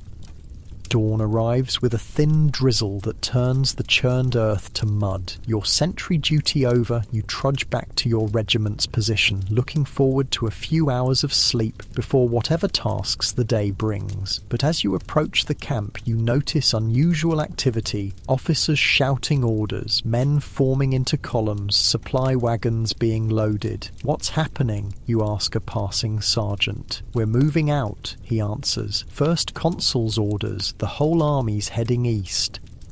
East? But the Austrians retreated west. The sergeant gives you a look that suggests he's questioning your intelligence. "We're not chasing them, you idiot. We're going to Milan. Word is Bonaparte's negotiating an armistice, but he wants to do it from a position of strength. That means securing northern Italy." This is classic Napoleon never resting, always pushing forward, using momentum to multiply the impact of victory. While other generals might have paused to rest their troops after a battle like Marengo, Bonaparte is already thinking 3 moves ahead, positioning his forces to maximise political leverage.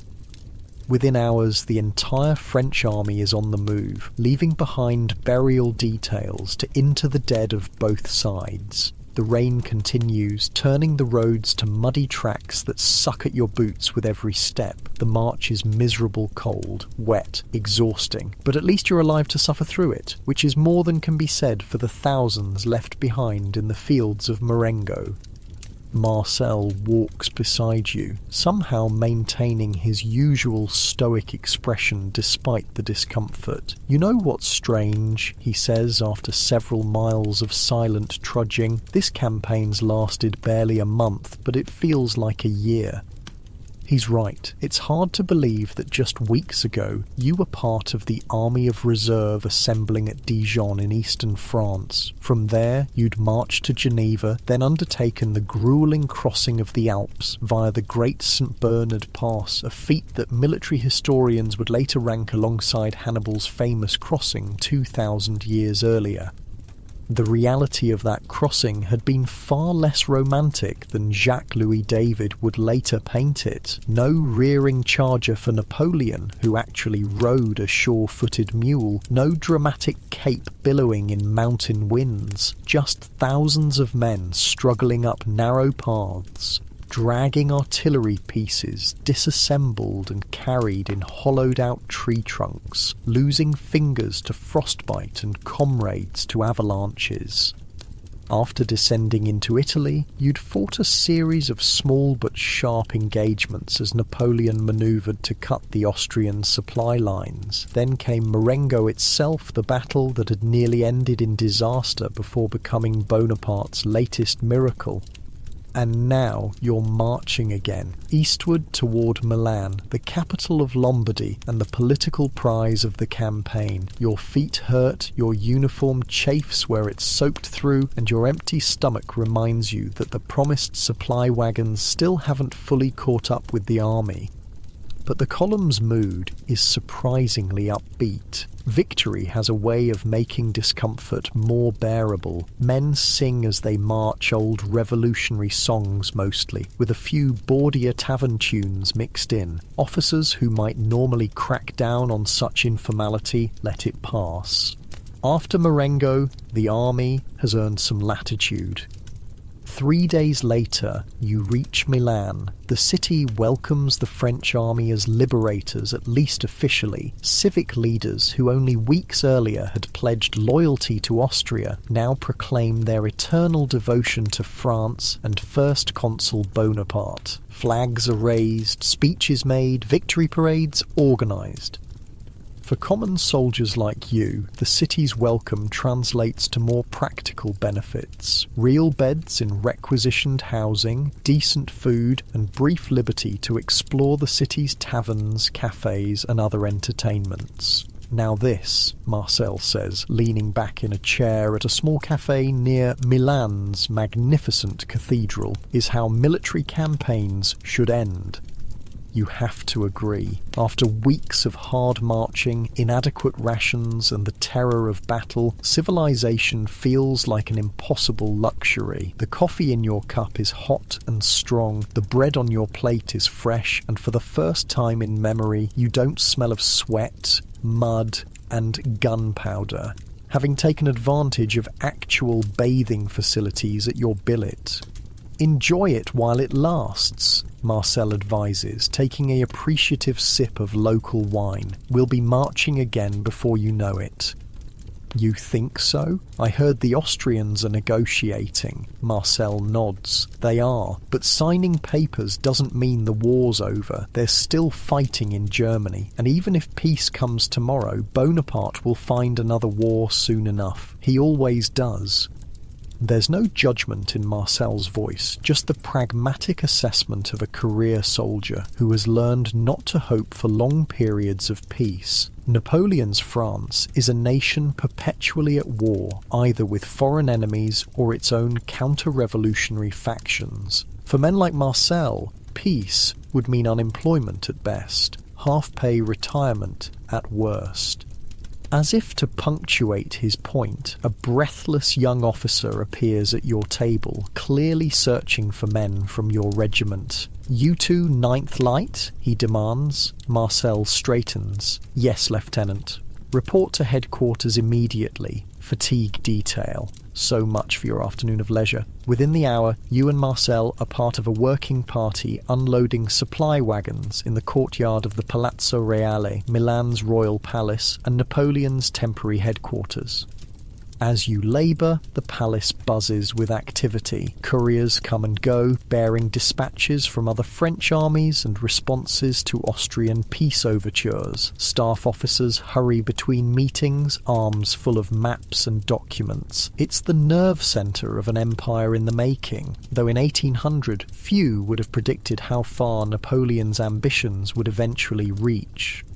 Through an open window, you catch glimpses of the man himself working at a desk piled high with papers. Unlike his subordinates who seem harried and exhausted, Napoleon appears energized, moving from task to task with relentless focus. They say he needs only 4 hours of sleep per night, an inhuman schedule that leaves more time for the business of war and governance. "He never stops, does he?" you murmur to Marcel as you haul another crate of supplies.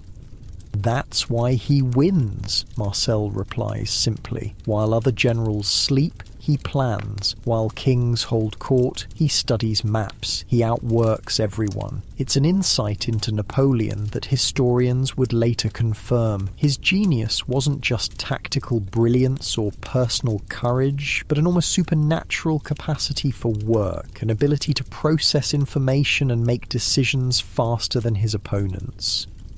The fatigue detail lasts well into evening. By the time you're dismissed, night has fallen over Milan, and all thoughts of enjoying the city's pleasures have been replaced by the simple desire for sleep. You stumble back to your billet, a small room shared with Marcel and 3 other soldiers in a requisitioned townhouse, and collapse onto your straw mattress without even removing your boots. For once, sleep comes easily, without the nightmares that often followed battle. Perhaps it's simple exhaustion, or perhaps it's the knowledge that, for now at least, you're safe. The Austrians are in retreat, peace negotiations are underway, and you've survived another campaign under the banner of the most successful general in Europe. As consciousness fades, your thoughts drift to Napoleon, still working by candlelight in his palace office while his soldiers sleep. What visions drive him? What ambitions keep him awake while others rest? What will he lead France to next? Those are questions for tomorrow. Tonight, you sleep the sleep of the victorious, deep and dreamless, and mercifully far from the bloodied fields of Marengo.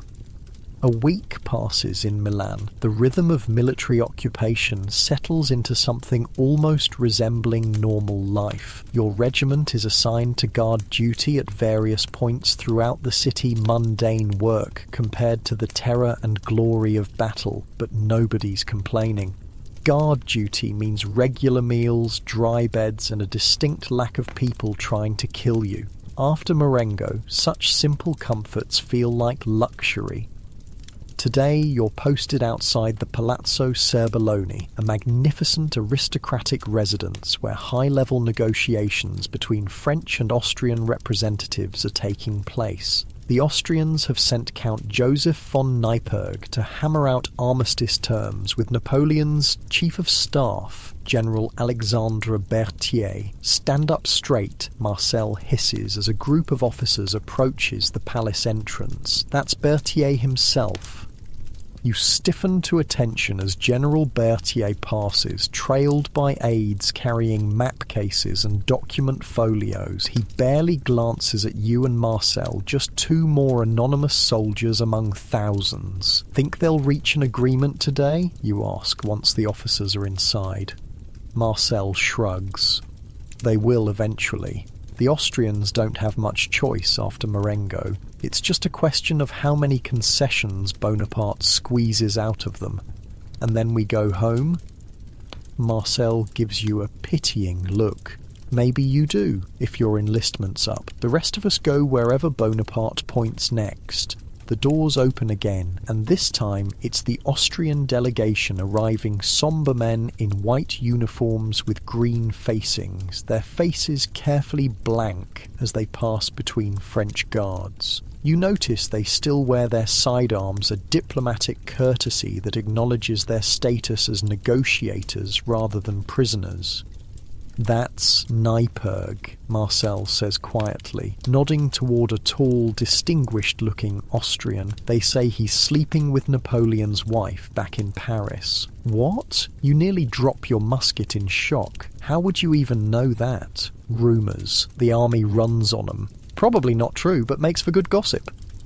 Ironically, while the rumour about Josephine and Neipperg in 1800 was false, history would take a strange turn. Years later, after Napoleon divorced Josephine and married Marie-Louise of Austria, Neipperg would indeed become Marie-Louise's lover, and eventually her husband, after Napoleon's final defeat. But that's the future. For now, Count Neipperg is just a defeated Austrian trying to salvage what he can from negotiations with the victorious French.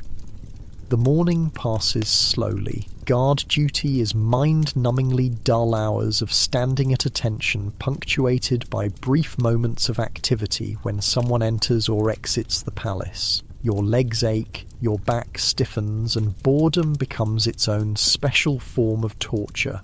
"What do you think they're talking about in there?" you ask Marcel during a quiet moment. "Territory, money, prisoners, the usual." Marcel's been through this before in previous campaigns. Bonaparte will demand northern Italy, maybe parts of Germany too. The Austrians will try to keep as much as they can. Eventually they'll reach a compromise that neither side loves, but both can live with. "And that's peace?" Marcel snorts. "That's a pause. Big difference." Around midday, the negotiations break for lunch. Servants appear with trays of food and wine, not for the guards, of course, but for the diplomats inside. The smell of roasted meat and fresh bread wafts through the open doors, making your stomach growl despite the bread and cheese you had for breakfast. "Christ, I'm starving," you mutter. "Always are on guard duty," Marcel commiserates. "It's the standing still, burns more energy than marching somehow." As the diplomatic lunch continues inside, you notice a small commotion at the far end of the street. A crowd is gathering, parting to make way for someone. Then you hear it, the growing sound of cheers and applause, moving closer. "Bonaparte," Marcel says, straightening his posture. "Has to be." He's right. Moments later, Napoleon himself appears, walking briskly toward the palace. Unlike his usual military entourage, he's accompanied by just 2 aides and seems to be in civilian dress, a simple dark coat and white breeches rather than his military uniform. The crowd follows at a respectful distance, ordinary Milanese citizens straining for a glimpse of the man who has become the most famous figure in Europe. Some call out his name, others simply applaud. Napoleon acknowledges them with brief nods but doesn't slow his pace. As he reaches the palace steps, you and Marcel snap to attention, presenting arms with parade ground precision. Napoleon pauses, his sharp gaze taking in your regiment's insignia. "The 9th Light," he remarks. "You were at Marengo." "Yes, citizen first consul," you both answer in unison. Napoleon studies your faces for a moment, and to your surprise, a flicker of recognition crosses his features as he looks at you. "We've met before, soldier." You're stunned that he remembers. "Yes, citizen first consul, the morning after the battle." He nods, satisfied. "How is morale in the city?" "Good, citizen first consul," Marcel answers. "The men are well rested and well fed." "Excellent. They've earned it." With that, Napoleon continues into the palace, leaving you and Marcel exchanging astonished glances. "Did that just happen?" you whisper once he's gone. "Again? His memory is unnatural," Marcel says, shaking his head in wonder. "They say he knows thousands of his soldiers by name, remembers details about their service, their hometowns, their families." It's another element of the Bonaparte legend, his ability to connect with common soldiers, to make each man feel personally valued. Whether it's a calculated political skill or genuine interest hardly matters. The effect is the same, unshakable loyalty from the ranks. Inside the palace, the tempo of negotiations shifts with Napoleon's arrival. Though you can't hear what's being said, the pattern of people coming and going, aides rushing with documents, officers being summoned and dismissed, suggests increasing urgency. "He's taking over," Marcel observes. "Berthier was just keeping the chair warm." By late afternoon, an unusual stillness has fallen over the palace. No more messengers rushing in and out, no more huddles of staff officers discussing developments. Whatever is happening inside has reached a critical stage. When the doors finally open around dusk, both delegations emerge together. French and Austrian officers intermingled, their expressions professional but noticeably relaxed compared to earlier. Behind them comes Napoleon, deep in conversation with Count Neipperg. "It's done," Marcel murmurs. "Look at them." You see what he means. The body language has changed completely. There's still formality, but the tension has dissipated. Whatever terms have been agreed upon, both sides seem reasonably satisfied or at least resigned. Napoleon and Neipperg pause at the top of the palace steps. They shake hands firmly, exchange a few final words, then part ways Neipperg to rejoin his Austrian colleagues, Napoleon to confer with Berthier and his staff. As darkness falls, you and Marcel are finally relieved from your post by the night watch. Your legs are cramping from hours of standing, and your empty stomach has progressed from complaining to outright rebellion. "Come on," Marcel says. "I know a tavern near our billet, not too expensive." The tavern is crowded with off-duty French soldiers and curious locals. Despite the language barrier, a rowdy camaraderie has developed, aided by the universal translators of wine, music, and mutual curiosity. You find a small table in the corner, and Marcel somehow procures 2 bowls of hearty bean soup and a carafe of local wine. "To peace," he says, raising his cup, "however temporary." You clink cups and take a grateful swallow. The wine is rough but honest, warming you from the inside. "So, what happens now?" you ask between spoonfuls of soup. "Now?" Marcel tears off a chunk of bread. Now the first consul becomes more powerful than ever. Marengo's made him untouchable. The revolution's over, my friend. Bonaparte's France is beginning. Is that good or bad? Marcel considers the question seriously. Depends. For soldiers, probably good, at least for a while. He takes care of the army. For France, who knows? He's brought order after chaos, which most people appreciate, but men with that much ambition rarely stop reaching for more. You're not much for politics. Your enlistment in the French army had been more about escaping poverty than revolutionary ideals, but even you can sense the historical weight of what's happening, the French Revolution's turbulent energy channeling itself into one extraordinary man's vision. They're saying he'll be named consul for life, Marcel continues, lowering his voice, though the tavern's noise makes it unlikely anyone could overhear. First step to becoming king in all but name. Isn't that against everything the revolution stood for? Revolutions devour themselves, kid. Always have, always will. The idealists start them, then the pragmatists take over, then the strong men restore order. Tale as old as time. Before you can respond, the tavern door bursts open, and a breathless young officer appears. The room gradually quiets as he makes his way to the centre. "Or citizens, soldiers of France," he announces, his voice carrying above the diminishing conversation. "I bring news from the Palazzo Serbelloni. The Convention of Alessandria has been signed." A murmur runs through the crowd. "Austria cedes all territory in Italy, north of the Po River." The officer continues. "All Austrian forces must withdraw behind the Mincio River within 2 weeks. The fortresses of Tortona, Alessandria, Milan, Turin and Genoa are to be surrendered to French control." The tavern erupts in cheers. Men pound tables, raise glasses, embrace each other. In one stroke, Napoleon has regained nearly everything France lost in Italy during his absence in Egypt. The campaign that began with the daring crossing of the Alps has concluded with complete success.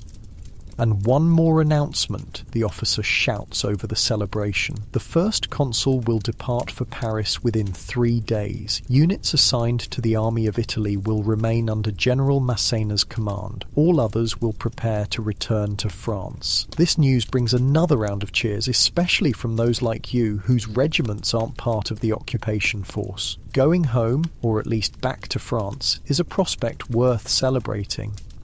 "Looks like you might get your wish after all," Marcel says, refilling your cup. "Paris isn't home, but it's closer than Milan." The tavern celebration continues well into the night. Songs are sung old revolutionary anthems mostly, with lyrics hastily updated to praise Bonaparte rather than abstract notions of liberty. Toasts are made to France, to the army, to the first consul, to fallen comrades.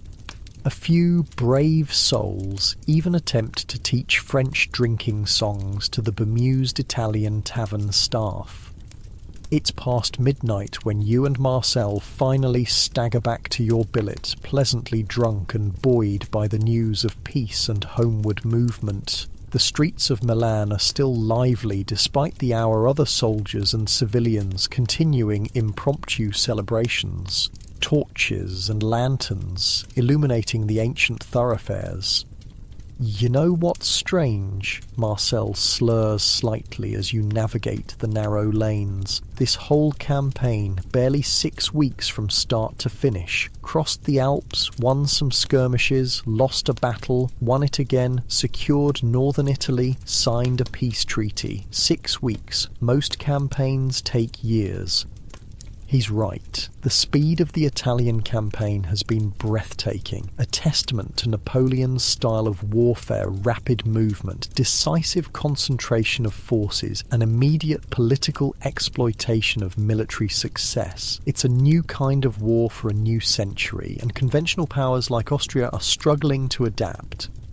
The next morning brings the predictable consequences of celebratory excess-pounding headaches and queasy stomachs, but it also brings new orders. Your regiment, along with several others from Lanz's division, will indeed be returning to France as part of Napoleon's escort. Could be worse, Marcel comments as you pack your meagre belongings.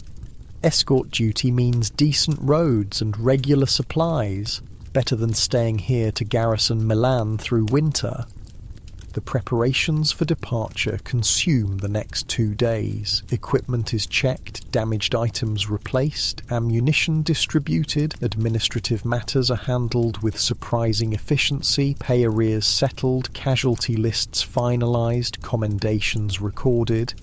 Throughout it all, a sense of accomplishment permeates the army. These men have participated in something extraordinary, a campaign that will feature in history books and military academies for generations to come. They've followed Napoleon Bonaparte over the Alps, like Hannibal's legendary crossing, fought against overwhelming odds at Marengo, and emerged victorious. On the morning of the third day, you assemble with your regiment in Milan's main square. The mood is festive despite the early hour. Local dignitaries have organised a farewell ceremony, complete with speeches, musical performances, and presentations of ceremonial gifts to Napoleon and his senior officers.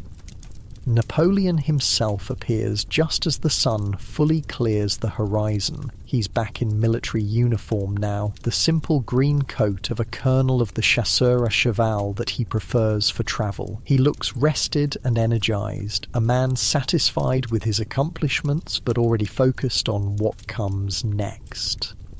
The farewell ceremony is mercifully brief by diplomatic standards, less than an hour of speeches and formalities before the order is given to march. As the regiments form into column, Napoleon rides to the head of the procession, accompanied by his personal guard and senior staff.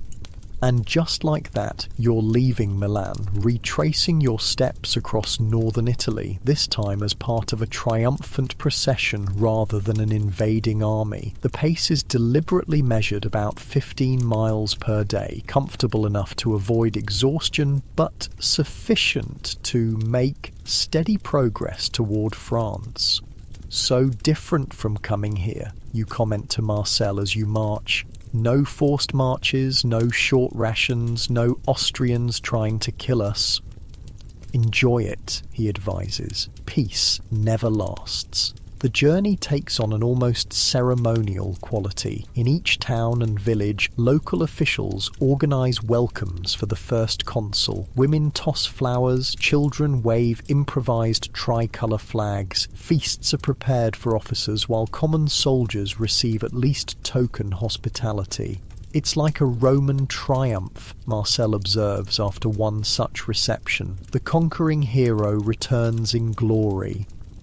The comparison is apt. Napoleon has consciously modelled many aspects of his public image on ancient Rome, from his close-cropped Brutus hairstyle to the eagles that will soon crown French regimental standards. The Roman parallels feed his legend and align him with classical virtues of discipline, courage, and civic duty.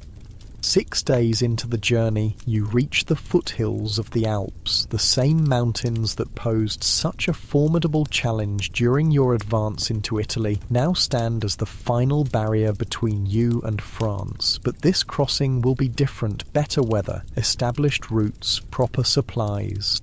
The night before beginning the ascent, your regiment camps near a small Italian village nestled against the mountain's slopes. As darkness falls, campfires blossom across the valley floor, thousands of pinpricks of light marking the presence of Napoleon's returning army. You sit with Marcel and others from your company, sharing wine purchased from villagers and trading stories of the campaign. The conversation eventually turns to Marengo itself, the pivotal moment that transformed the entire expedition from potential disaster to unqualified success. "I still don't understand how we won," a young recruit admits. "We were beaten, actually beaten. I was running away, and I'm not ashamed to admit it. How did it turn around so fast? De Zykes' arrival helped, an older sergeant answers. Fresh troops when we needed them most, and Kellerman's cavalry charge, another adds. Never seen anything like it. 400 horsemen breaking thousands of Austrian grenadiers. But it was Bonaparte who put it all together, Marcel says quietly. Any other general would have accepted defeat, tried to save what he could. He refused to lose, so he didn't. There's murmured agreement around the fire. Whatever his other qualities, Napoleon Bonaparte possesses an indomitable will that seems to bend reality to his purposes. It's a trait that inspires both admiration and unease, even among his devoted soldiers. As the fire burns down to embers and men begin to seek their bedrolls, you find yourself strangely reflective. The campaign has changed you in ways you're only beginning to understand. You've seen death up close, experienced the chaotic terror of battle, witnessed history being made by extraordinary individuals. Marcel, you say as you both prepare for sleep, do you ever wonder what all this is for? The fighting, the dying, the treaties that won't last? He's quiet for a long moment, staring up at the star-filled sky. Sometimes, he finally answers, but I've stopped looking for meaning in the grand sweep of things. There's just the duty in front of you, the comrades beside you, and the life you make between battles. That's it? That's plenty. He rolls onto his side, pulling his blanket tighter. Get some sleep. We start climbing tomorrow. As you lie back on your simple bedroll, so different from your comfortable bed at home, you ponder Marcel's philosophy. Perhaps he's right. Perhaps there is no greater meaning to find in empires rising and falling, in borders being drawn and redrawn by men like Napoleon Bonaparte. Or perhaps you're simply too close to these events to see their true significance. Maybe future generations will look back on this time on Marengo, on Napoleon's rise, on this entire era of revolution and war, and discern patterns and purpose that remain invisible to those living through them.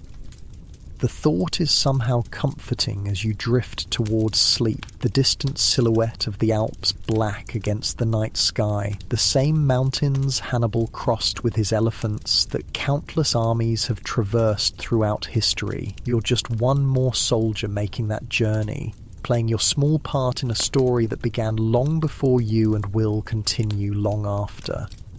Tomorrow, you'll begin climbing toward France, toward whatever future awaits in Napoleon's rapidly evolving empire. But tonight, under the Italian stars, you rest with the simple satisfaction of having survived, of having witnessed history, of having marched with Napoleon Bonaparte during one of his finest hours, the miracle of Marengo. The crossing of the Alps is easier this time.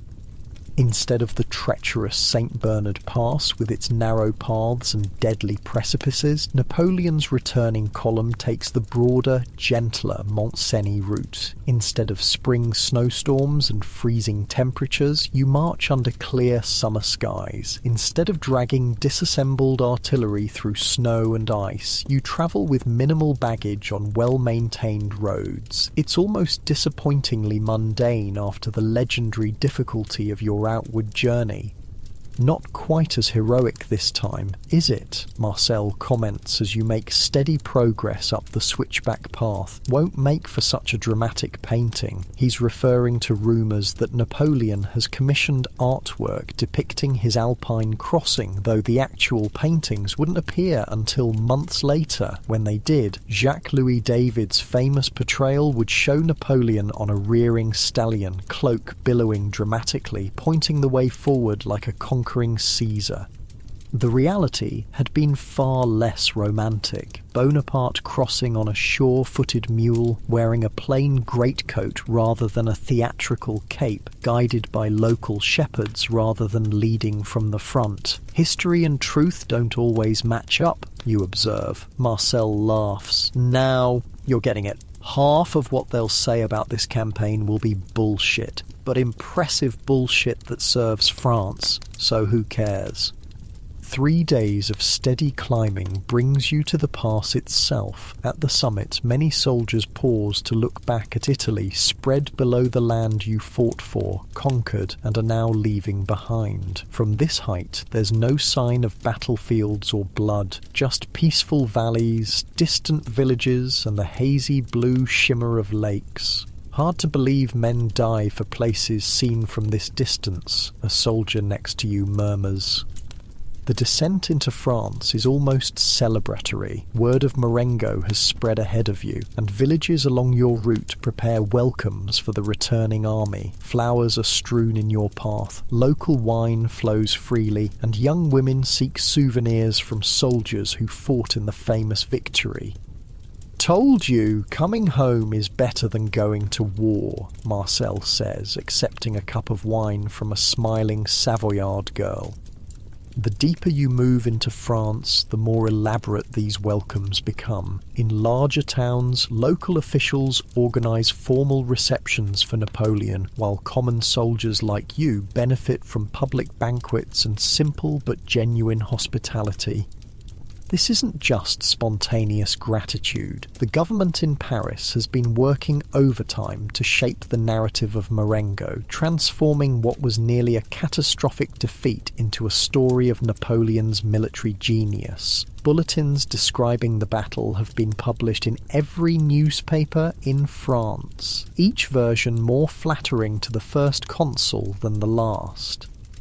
By the time you reach Lyon, 10 days after crossing the Alps, the entire city seems to have turned out to welcome Napoleon. Banners hang from windows, civic guards stand at attention along the route, and crowds press close to catch a glimpse of the man himself. Your regiment is assigned to crowd control, keeping the route clear for Napoleon's procession through the city. It's not glamorous duty, but it offers an excellent view of the proceedings. "Look at this," Marcel says, with a mixture of admiration and cynicism. "Couple months ago, half these people probably supported the royalists. Now they're cheering Bonaparte like he's the second coming of Christ." He's not wrong. Lyon had been a hotbed of counter-revolutionary sentiment during the Terror, and many of its citizens still secretly favoured the return of the Bourbon monarchy. But Napoleon represented something different, neither the chaos of revolutionary extremism, nor the backward-looking restoration of the old regime. He offered order without reaction, glory without terror, and after Marengo he also offered victory, which has always been the surest path to public adoration. The procession passes directly in front of your position Napoleon on horseback, acknowledging the cheers with his characteristic restrained gestures. He's accompanied by a glittering staff of generals and aides, but all eyes are on him alone. Even from a distance, you can sense his remarkable presence, the force of personality that allows this physically unimposing man to dominate rooms full of taller, louder, more conventionally charismatic figures. "They say he's going to change everything when he gets back to Paris," mutters a sergeant standing near you. "New constitution, new government structure, himself at the centre of it all. Isn't that what kings do?" Someone else whispers. The sergeant shrugs. "As long as my pay comes regular and we keep winning battles, he can call himself whatever he wants." It's a sentiment you hear repeatedly among the troops. After a decade of revolutionary turmoil, most soldiers, like most French citizens, care more about stability and success than abstract political principles. If Napoleon's growing power comes with victory abroad and peace at home, few will object to the erosion of republican ideals. 2 more days of marching bring you to Dijon, where Napoleon's procession separates from the main body of returning troops, while the first consul continues rapidly toward Paris with a small escort. The bulk of the army, including your regiment, follows at a more leisurely pace. He's in a hurry to capitalise on Marengo, Marcel explains as you watch Bonaparte's small column disappear along the northern road. Needs to get back to Paris while the victory's still fresh before his enemies can regroup. Does he have enemies after what he's accomplished? Marcel gives you a pitying look. Everyone in power has enemies, kid, especially in France. We've executed one king and run another out of the country. We've had how many governments in the last 10 years? 6? 7? Power's never secure, no matter how many battles you win. It's another week before you reach Paris yourself. The capital is in a state of barely controlled celebratory chaos when your regiment marches through the Barrière d'Italie and into the city proper. The streets are thronged with people waving tricolour flags and calling out congratulations to the returning soldiers. Vive Bonaparte, vive l'armée, vive la France. The chants blend together into a continuous roar of approval. For common soldiers, the adulation is both gratifying and slightly embarrassing. You've done your duty, followed orders, survived through a combination of skill and luck. To be treated as heroes for actions that felt like desperate survival in the moment is strange, but not unwelcome. Enjoy it while it lasts, Marcel advises, nodding to acknowledge a pretty girl who tosses a flower in his direction.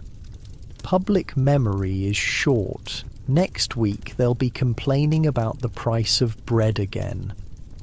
Your regiment is billeted in a former monastery near the Seine, hastily converted to military housing. After weeks on the road, sleeping on ground or in peasant haylofts, the simple barracks feel luxurious actual beds with straw mattresses, washing facilities, and a mess hall serving regular hot meals. Now this, you sigh, stretching out on your assigned cot, is what victory should feel like. Don't get too comfortable, Marcel warns. They'll find something for us to do soon enough. The army doesn't pay men to lounge around Paris. He's right, of course. Within days, your regiment receives new assignments, guard duty at government buildings, parade ground drills for public display, escort services for visiting dignitaries. It's not combat, but it keeps you busy and visible, a constant reminder to Parisians of the military foundations supporting Bonaparte's government. During off-duty hours, you explore the capital. Paris in the summer of 1800 is a city caught between revolutionary fervour and imperial ambition. Many buildings still bear the scars of revolutionary vandalism, churches with defaced saints, public buildings with royal emblems chiselled away. Yet new construction is everywhere, much of it explicitly celebrating Napoleon's victories in forms reminiscent of ancient Rome.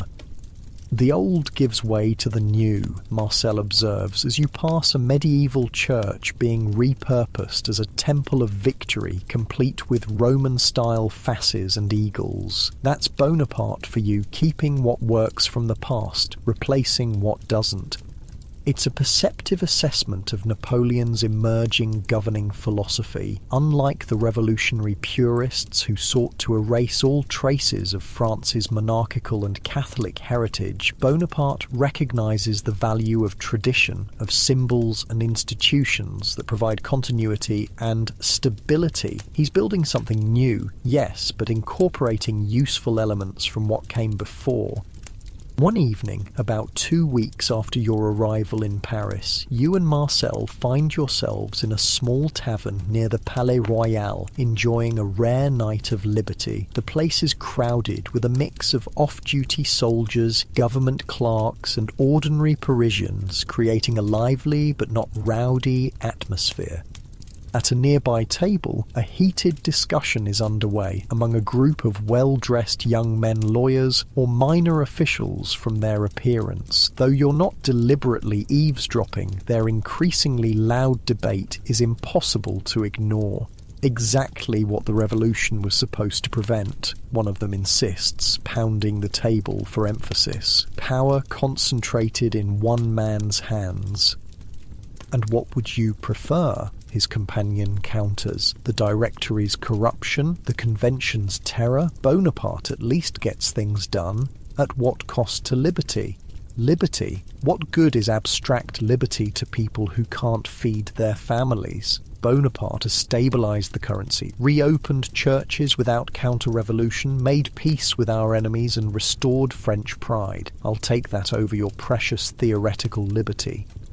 Marcel catches your eye, nodding slightly toward the arguing men. "Hear that? That's Paris for you. Everyone's a political philosopher after 3 glasses of wine. But there's something compelling about the debate. It articulates tensions you've felt, but couldn't express the contradiction between revolutionary ideals and Napoleon's increasingly personal rule, between democratic principles and the practical benefits of effective autocracy." "What do you think?" you ask Marcel quietly. "Are we betraying the revolution by supporting Bonaparte?" He considers the question seriously, taking a thoughtful sip of wine before answering. "Depends what you think the revolution was really about. If it was about abstract principles, liberty, equality, fraternity, all that, then maybe yes. But if it was about making France stronger, giving ordinary people a chance at better lives, breaking the stranglehold of ancient privileges, then no." He glances toward the arguing men, now deep in debate about the proposed lifetime consulship for Napoleon. Those fellows have the luxury of worrying about political theory. Most people just want to live without fear of the mob or the guillotine. Bonaparte gives them that. Your conversation is interrupted by a commotion at the tavern door. A group of soldiers enters, not French but foreign. From their distinctive green uniforms with red facings, you recognise them as members of the Irish Legion, a unit of Irish exiles who've thrown in their lot with France against their British oppressors. The Irish are celebrating something, already half drunk and looking for more wine and company. Their leader, a tall man with captain's insignia and a shock of red hair, scans the room before his gaze falls on your table. "French comrades," he calls in heavily accented French. "Room for a few poor Irish boys?" Before you can respond, Marcel waves them over with typical veterans' hospitality. "Pull up chairs. Any enemy of England is a friend of ours." The Irish introduce themselves as they settle around your table. Their captain is named Michael Dwyer, once a rebel leader in the failed 1798 uprising against British rule in Ireland, now an officer in Napoleon's foreign legions. "To Bonaparte," Dwyer proposes, raising his glass. "The only man in Europe who can break the English stranglehold on my country." You all drink to that. Relations between the Irish and French soldiers are naturally warm, both nations sharing a deep-seated hatred of England and a certain cultural appreciation for wine, women, and glorious lost causes. As more drinks are poured, Dwyer explains their celebration. "We've received new orders. The Legion is being expanded, trained for something big. Word is Bonaparte's planning something special for the English." "Another invasion?" Marcel asks, lowering his voice despite the tavern's noise. Dwyer shrugs. "Who knows? But we're recruiting every Irishman we can find, training harder than ever. Something's coming." This is your first hint of what would eventually become known as the Army of England, Napoleon's massive force assembled at Boulogne for a potential cross-channel invasion. Though the invasion would ultimately never materialise, the threat would keep Britain on edge for years and serve as a powerful diplomatic lever in European politics. The evening progresses from political discussion to shared war stories to increasingly boisterous singing. The Irish teach you rebel songs that would earn a hanging back in British territory. You respond with French marching tunes, celebrating victories over various European enemies. By closing time, Franco-Irish brotherhood has been thoroughly cemented through the universal languages of alcohol and anti-English sentiment. You and Marcel stagger back toward your barracks sometime after midnight, supporting each other through the dark Parisian streets. The capital is never truly quiet, even at this hour. There are still people abroad, from late revellers to early market workers preparing for dawn business.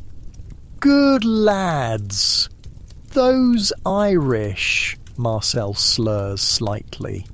"Remind me of us after Valmy back in '92. True believers." You were at Valmy. You've heard of the battle. Of course, the Republic's first major victory, when raw revolutionary volunteers defeated professional Prussian troops and saved the young revolution. Was barely older than you are now, Marcel confirms. Scared shitless but determined. We all thought we were changing the world forever. He laughs, but there's a touch of melancholy in it. Maybe we did, just not in the way we expected. The comparison between revolutionary volunteers and Irish rebels strikes a chord. Both fought for ideals larger than themselves, for concepts of liberty and nationhood that transcended personal safety. It makes you wonder about the nature of the army you serve in now, professional, disciplined, fighting not for abstract principles, but for Napoleon Bonaparte's vision of France. Do you miss it, you ask? The Revolutionary Army? The cause? Marcel considers the question as you navigate around a sleeping beggar. Sometimes it was chaotic, amateur, badly supplied, but we believed in something bigger than any general or politician. Now we're a better army in every practical way, but he trails off, then shrugs. But that's getting old and sentimental. Bonaparte's France is what we have now, and it's not so bad. Better than what came before or what might have come instead. You reach your barracks just as the eastern sky begins to lighten. Dawn will bring another day of duties in Paris, another small contribution to Napoleon's consolidating regime. The debate from the tavern still echoes in your mind: liberty versus security, revolutionary ideals versus practical governance. But as you fall into your cot, exhaustion and wine overwhelming deeper thoughts, you recognize that such philosophical questions are luxury for men in your position. You're a soldier, and soldiers follow orders. The larger meaning of those orders, the political direction of France. The ultimate legacy of Napoleon Bonaparte is for historians to debate, not for you to decide. Sleep comes quickly, dreamless and deep. In that, at least, victory and peace have tangible benefits. No pre-battle anxiety, no fear of midnight attacks or dawn mobilizations. Just rest, well-earned after a campaign that transformed both Europe's political landscape and your own understanding of war and leadership. Tomorrow will bring new duties, new experiences in a Paris rapidly reshaping itself in Napoleon's image. But tonight, in the quiet darkness of a former monastery converted to military use, itself a metaphor for France's transformation, you sleep the untroubled sleep of a soldier who has survived to see victory's aftermath. Your comfortable bed at home remains far away, but these simple barracks with their straw mattresses feel luxurious after months of campaign hardship. As consciousness fades, you reflect that this too is part of Bonaparte's appeal, his ability to make hard circumstances bearable through purpose and pride, to transform ordinary men into participants in extraordinary events. Whether that makes him a hero or a manipulator is a question for wiser minds than yours. For now, sleep claims you, and Paris continues its restless evolution around you, the city and nation bending gradually but inexorably to the will of the man who snatched victory from defeat on the plains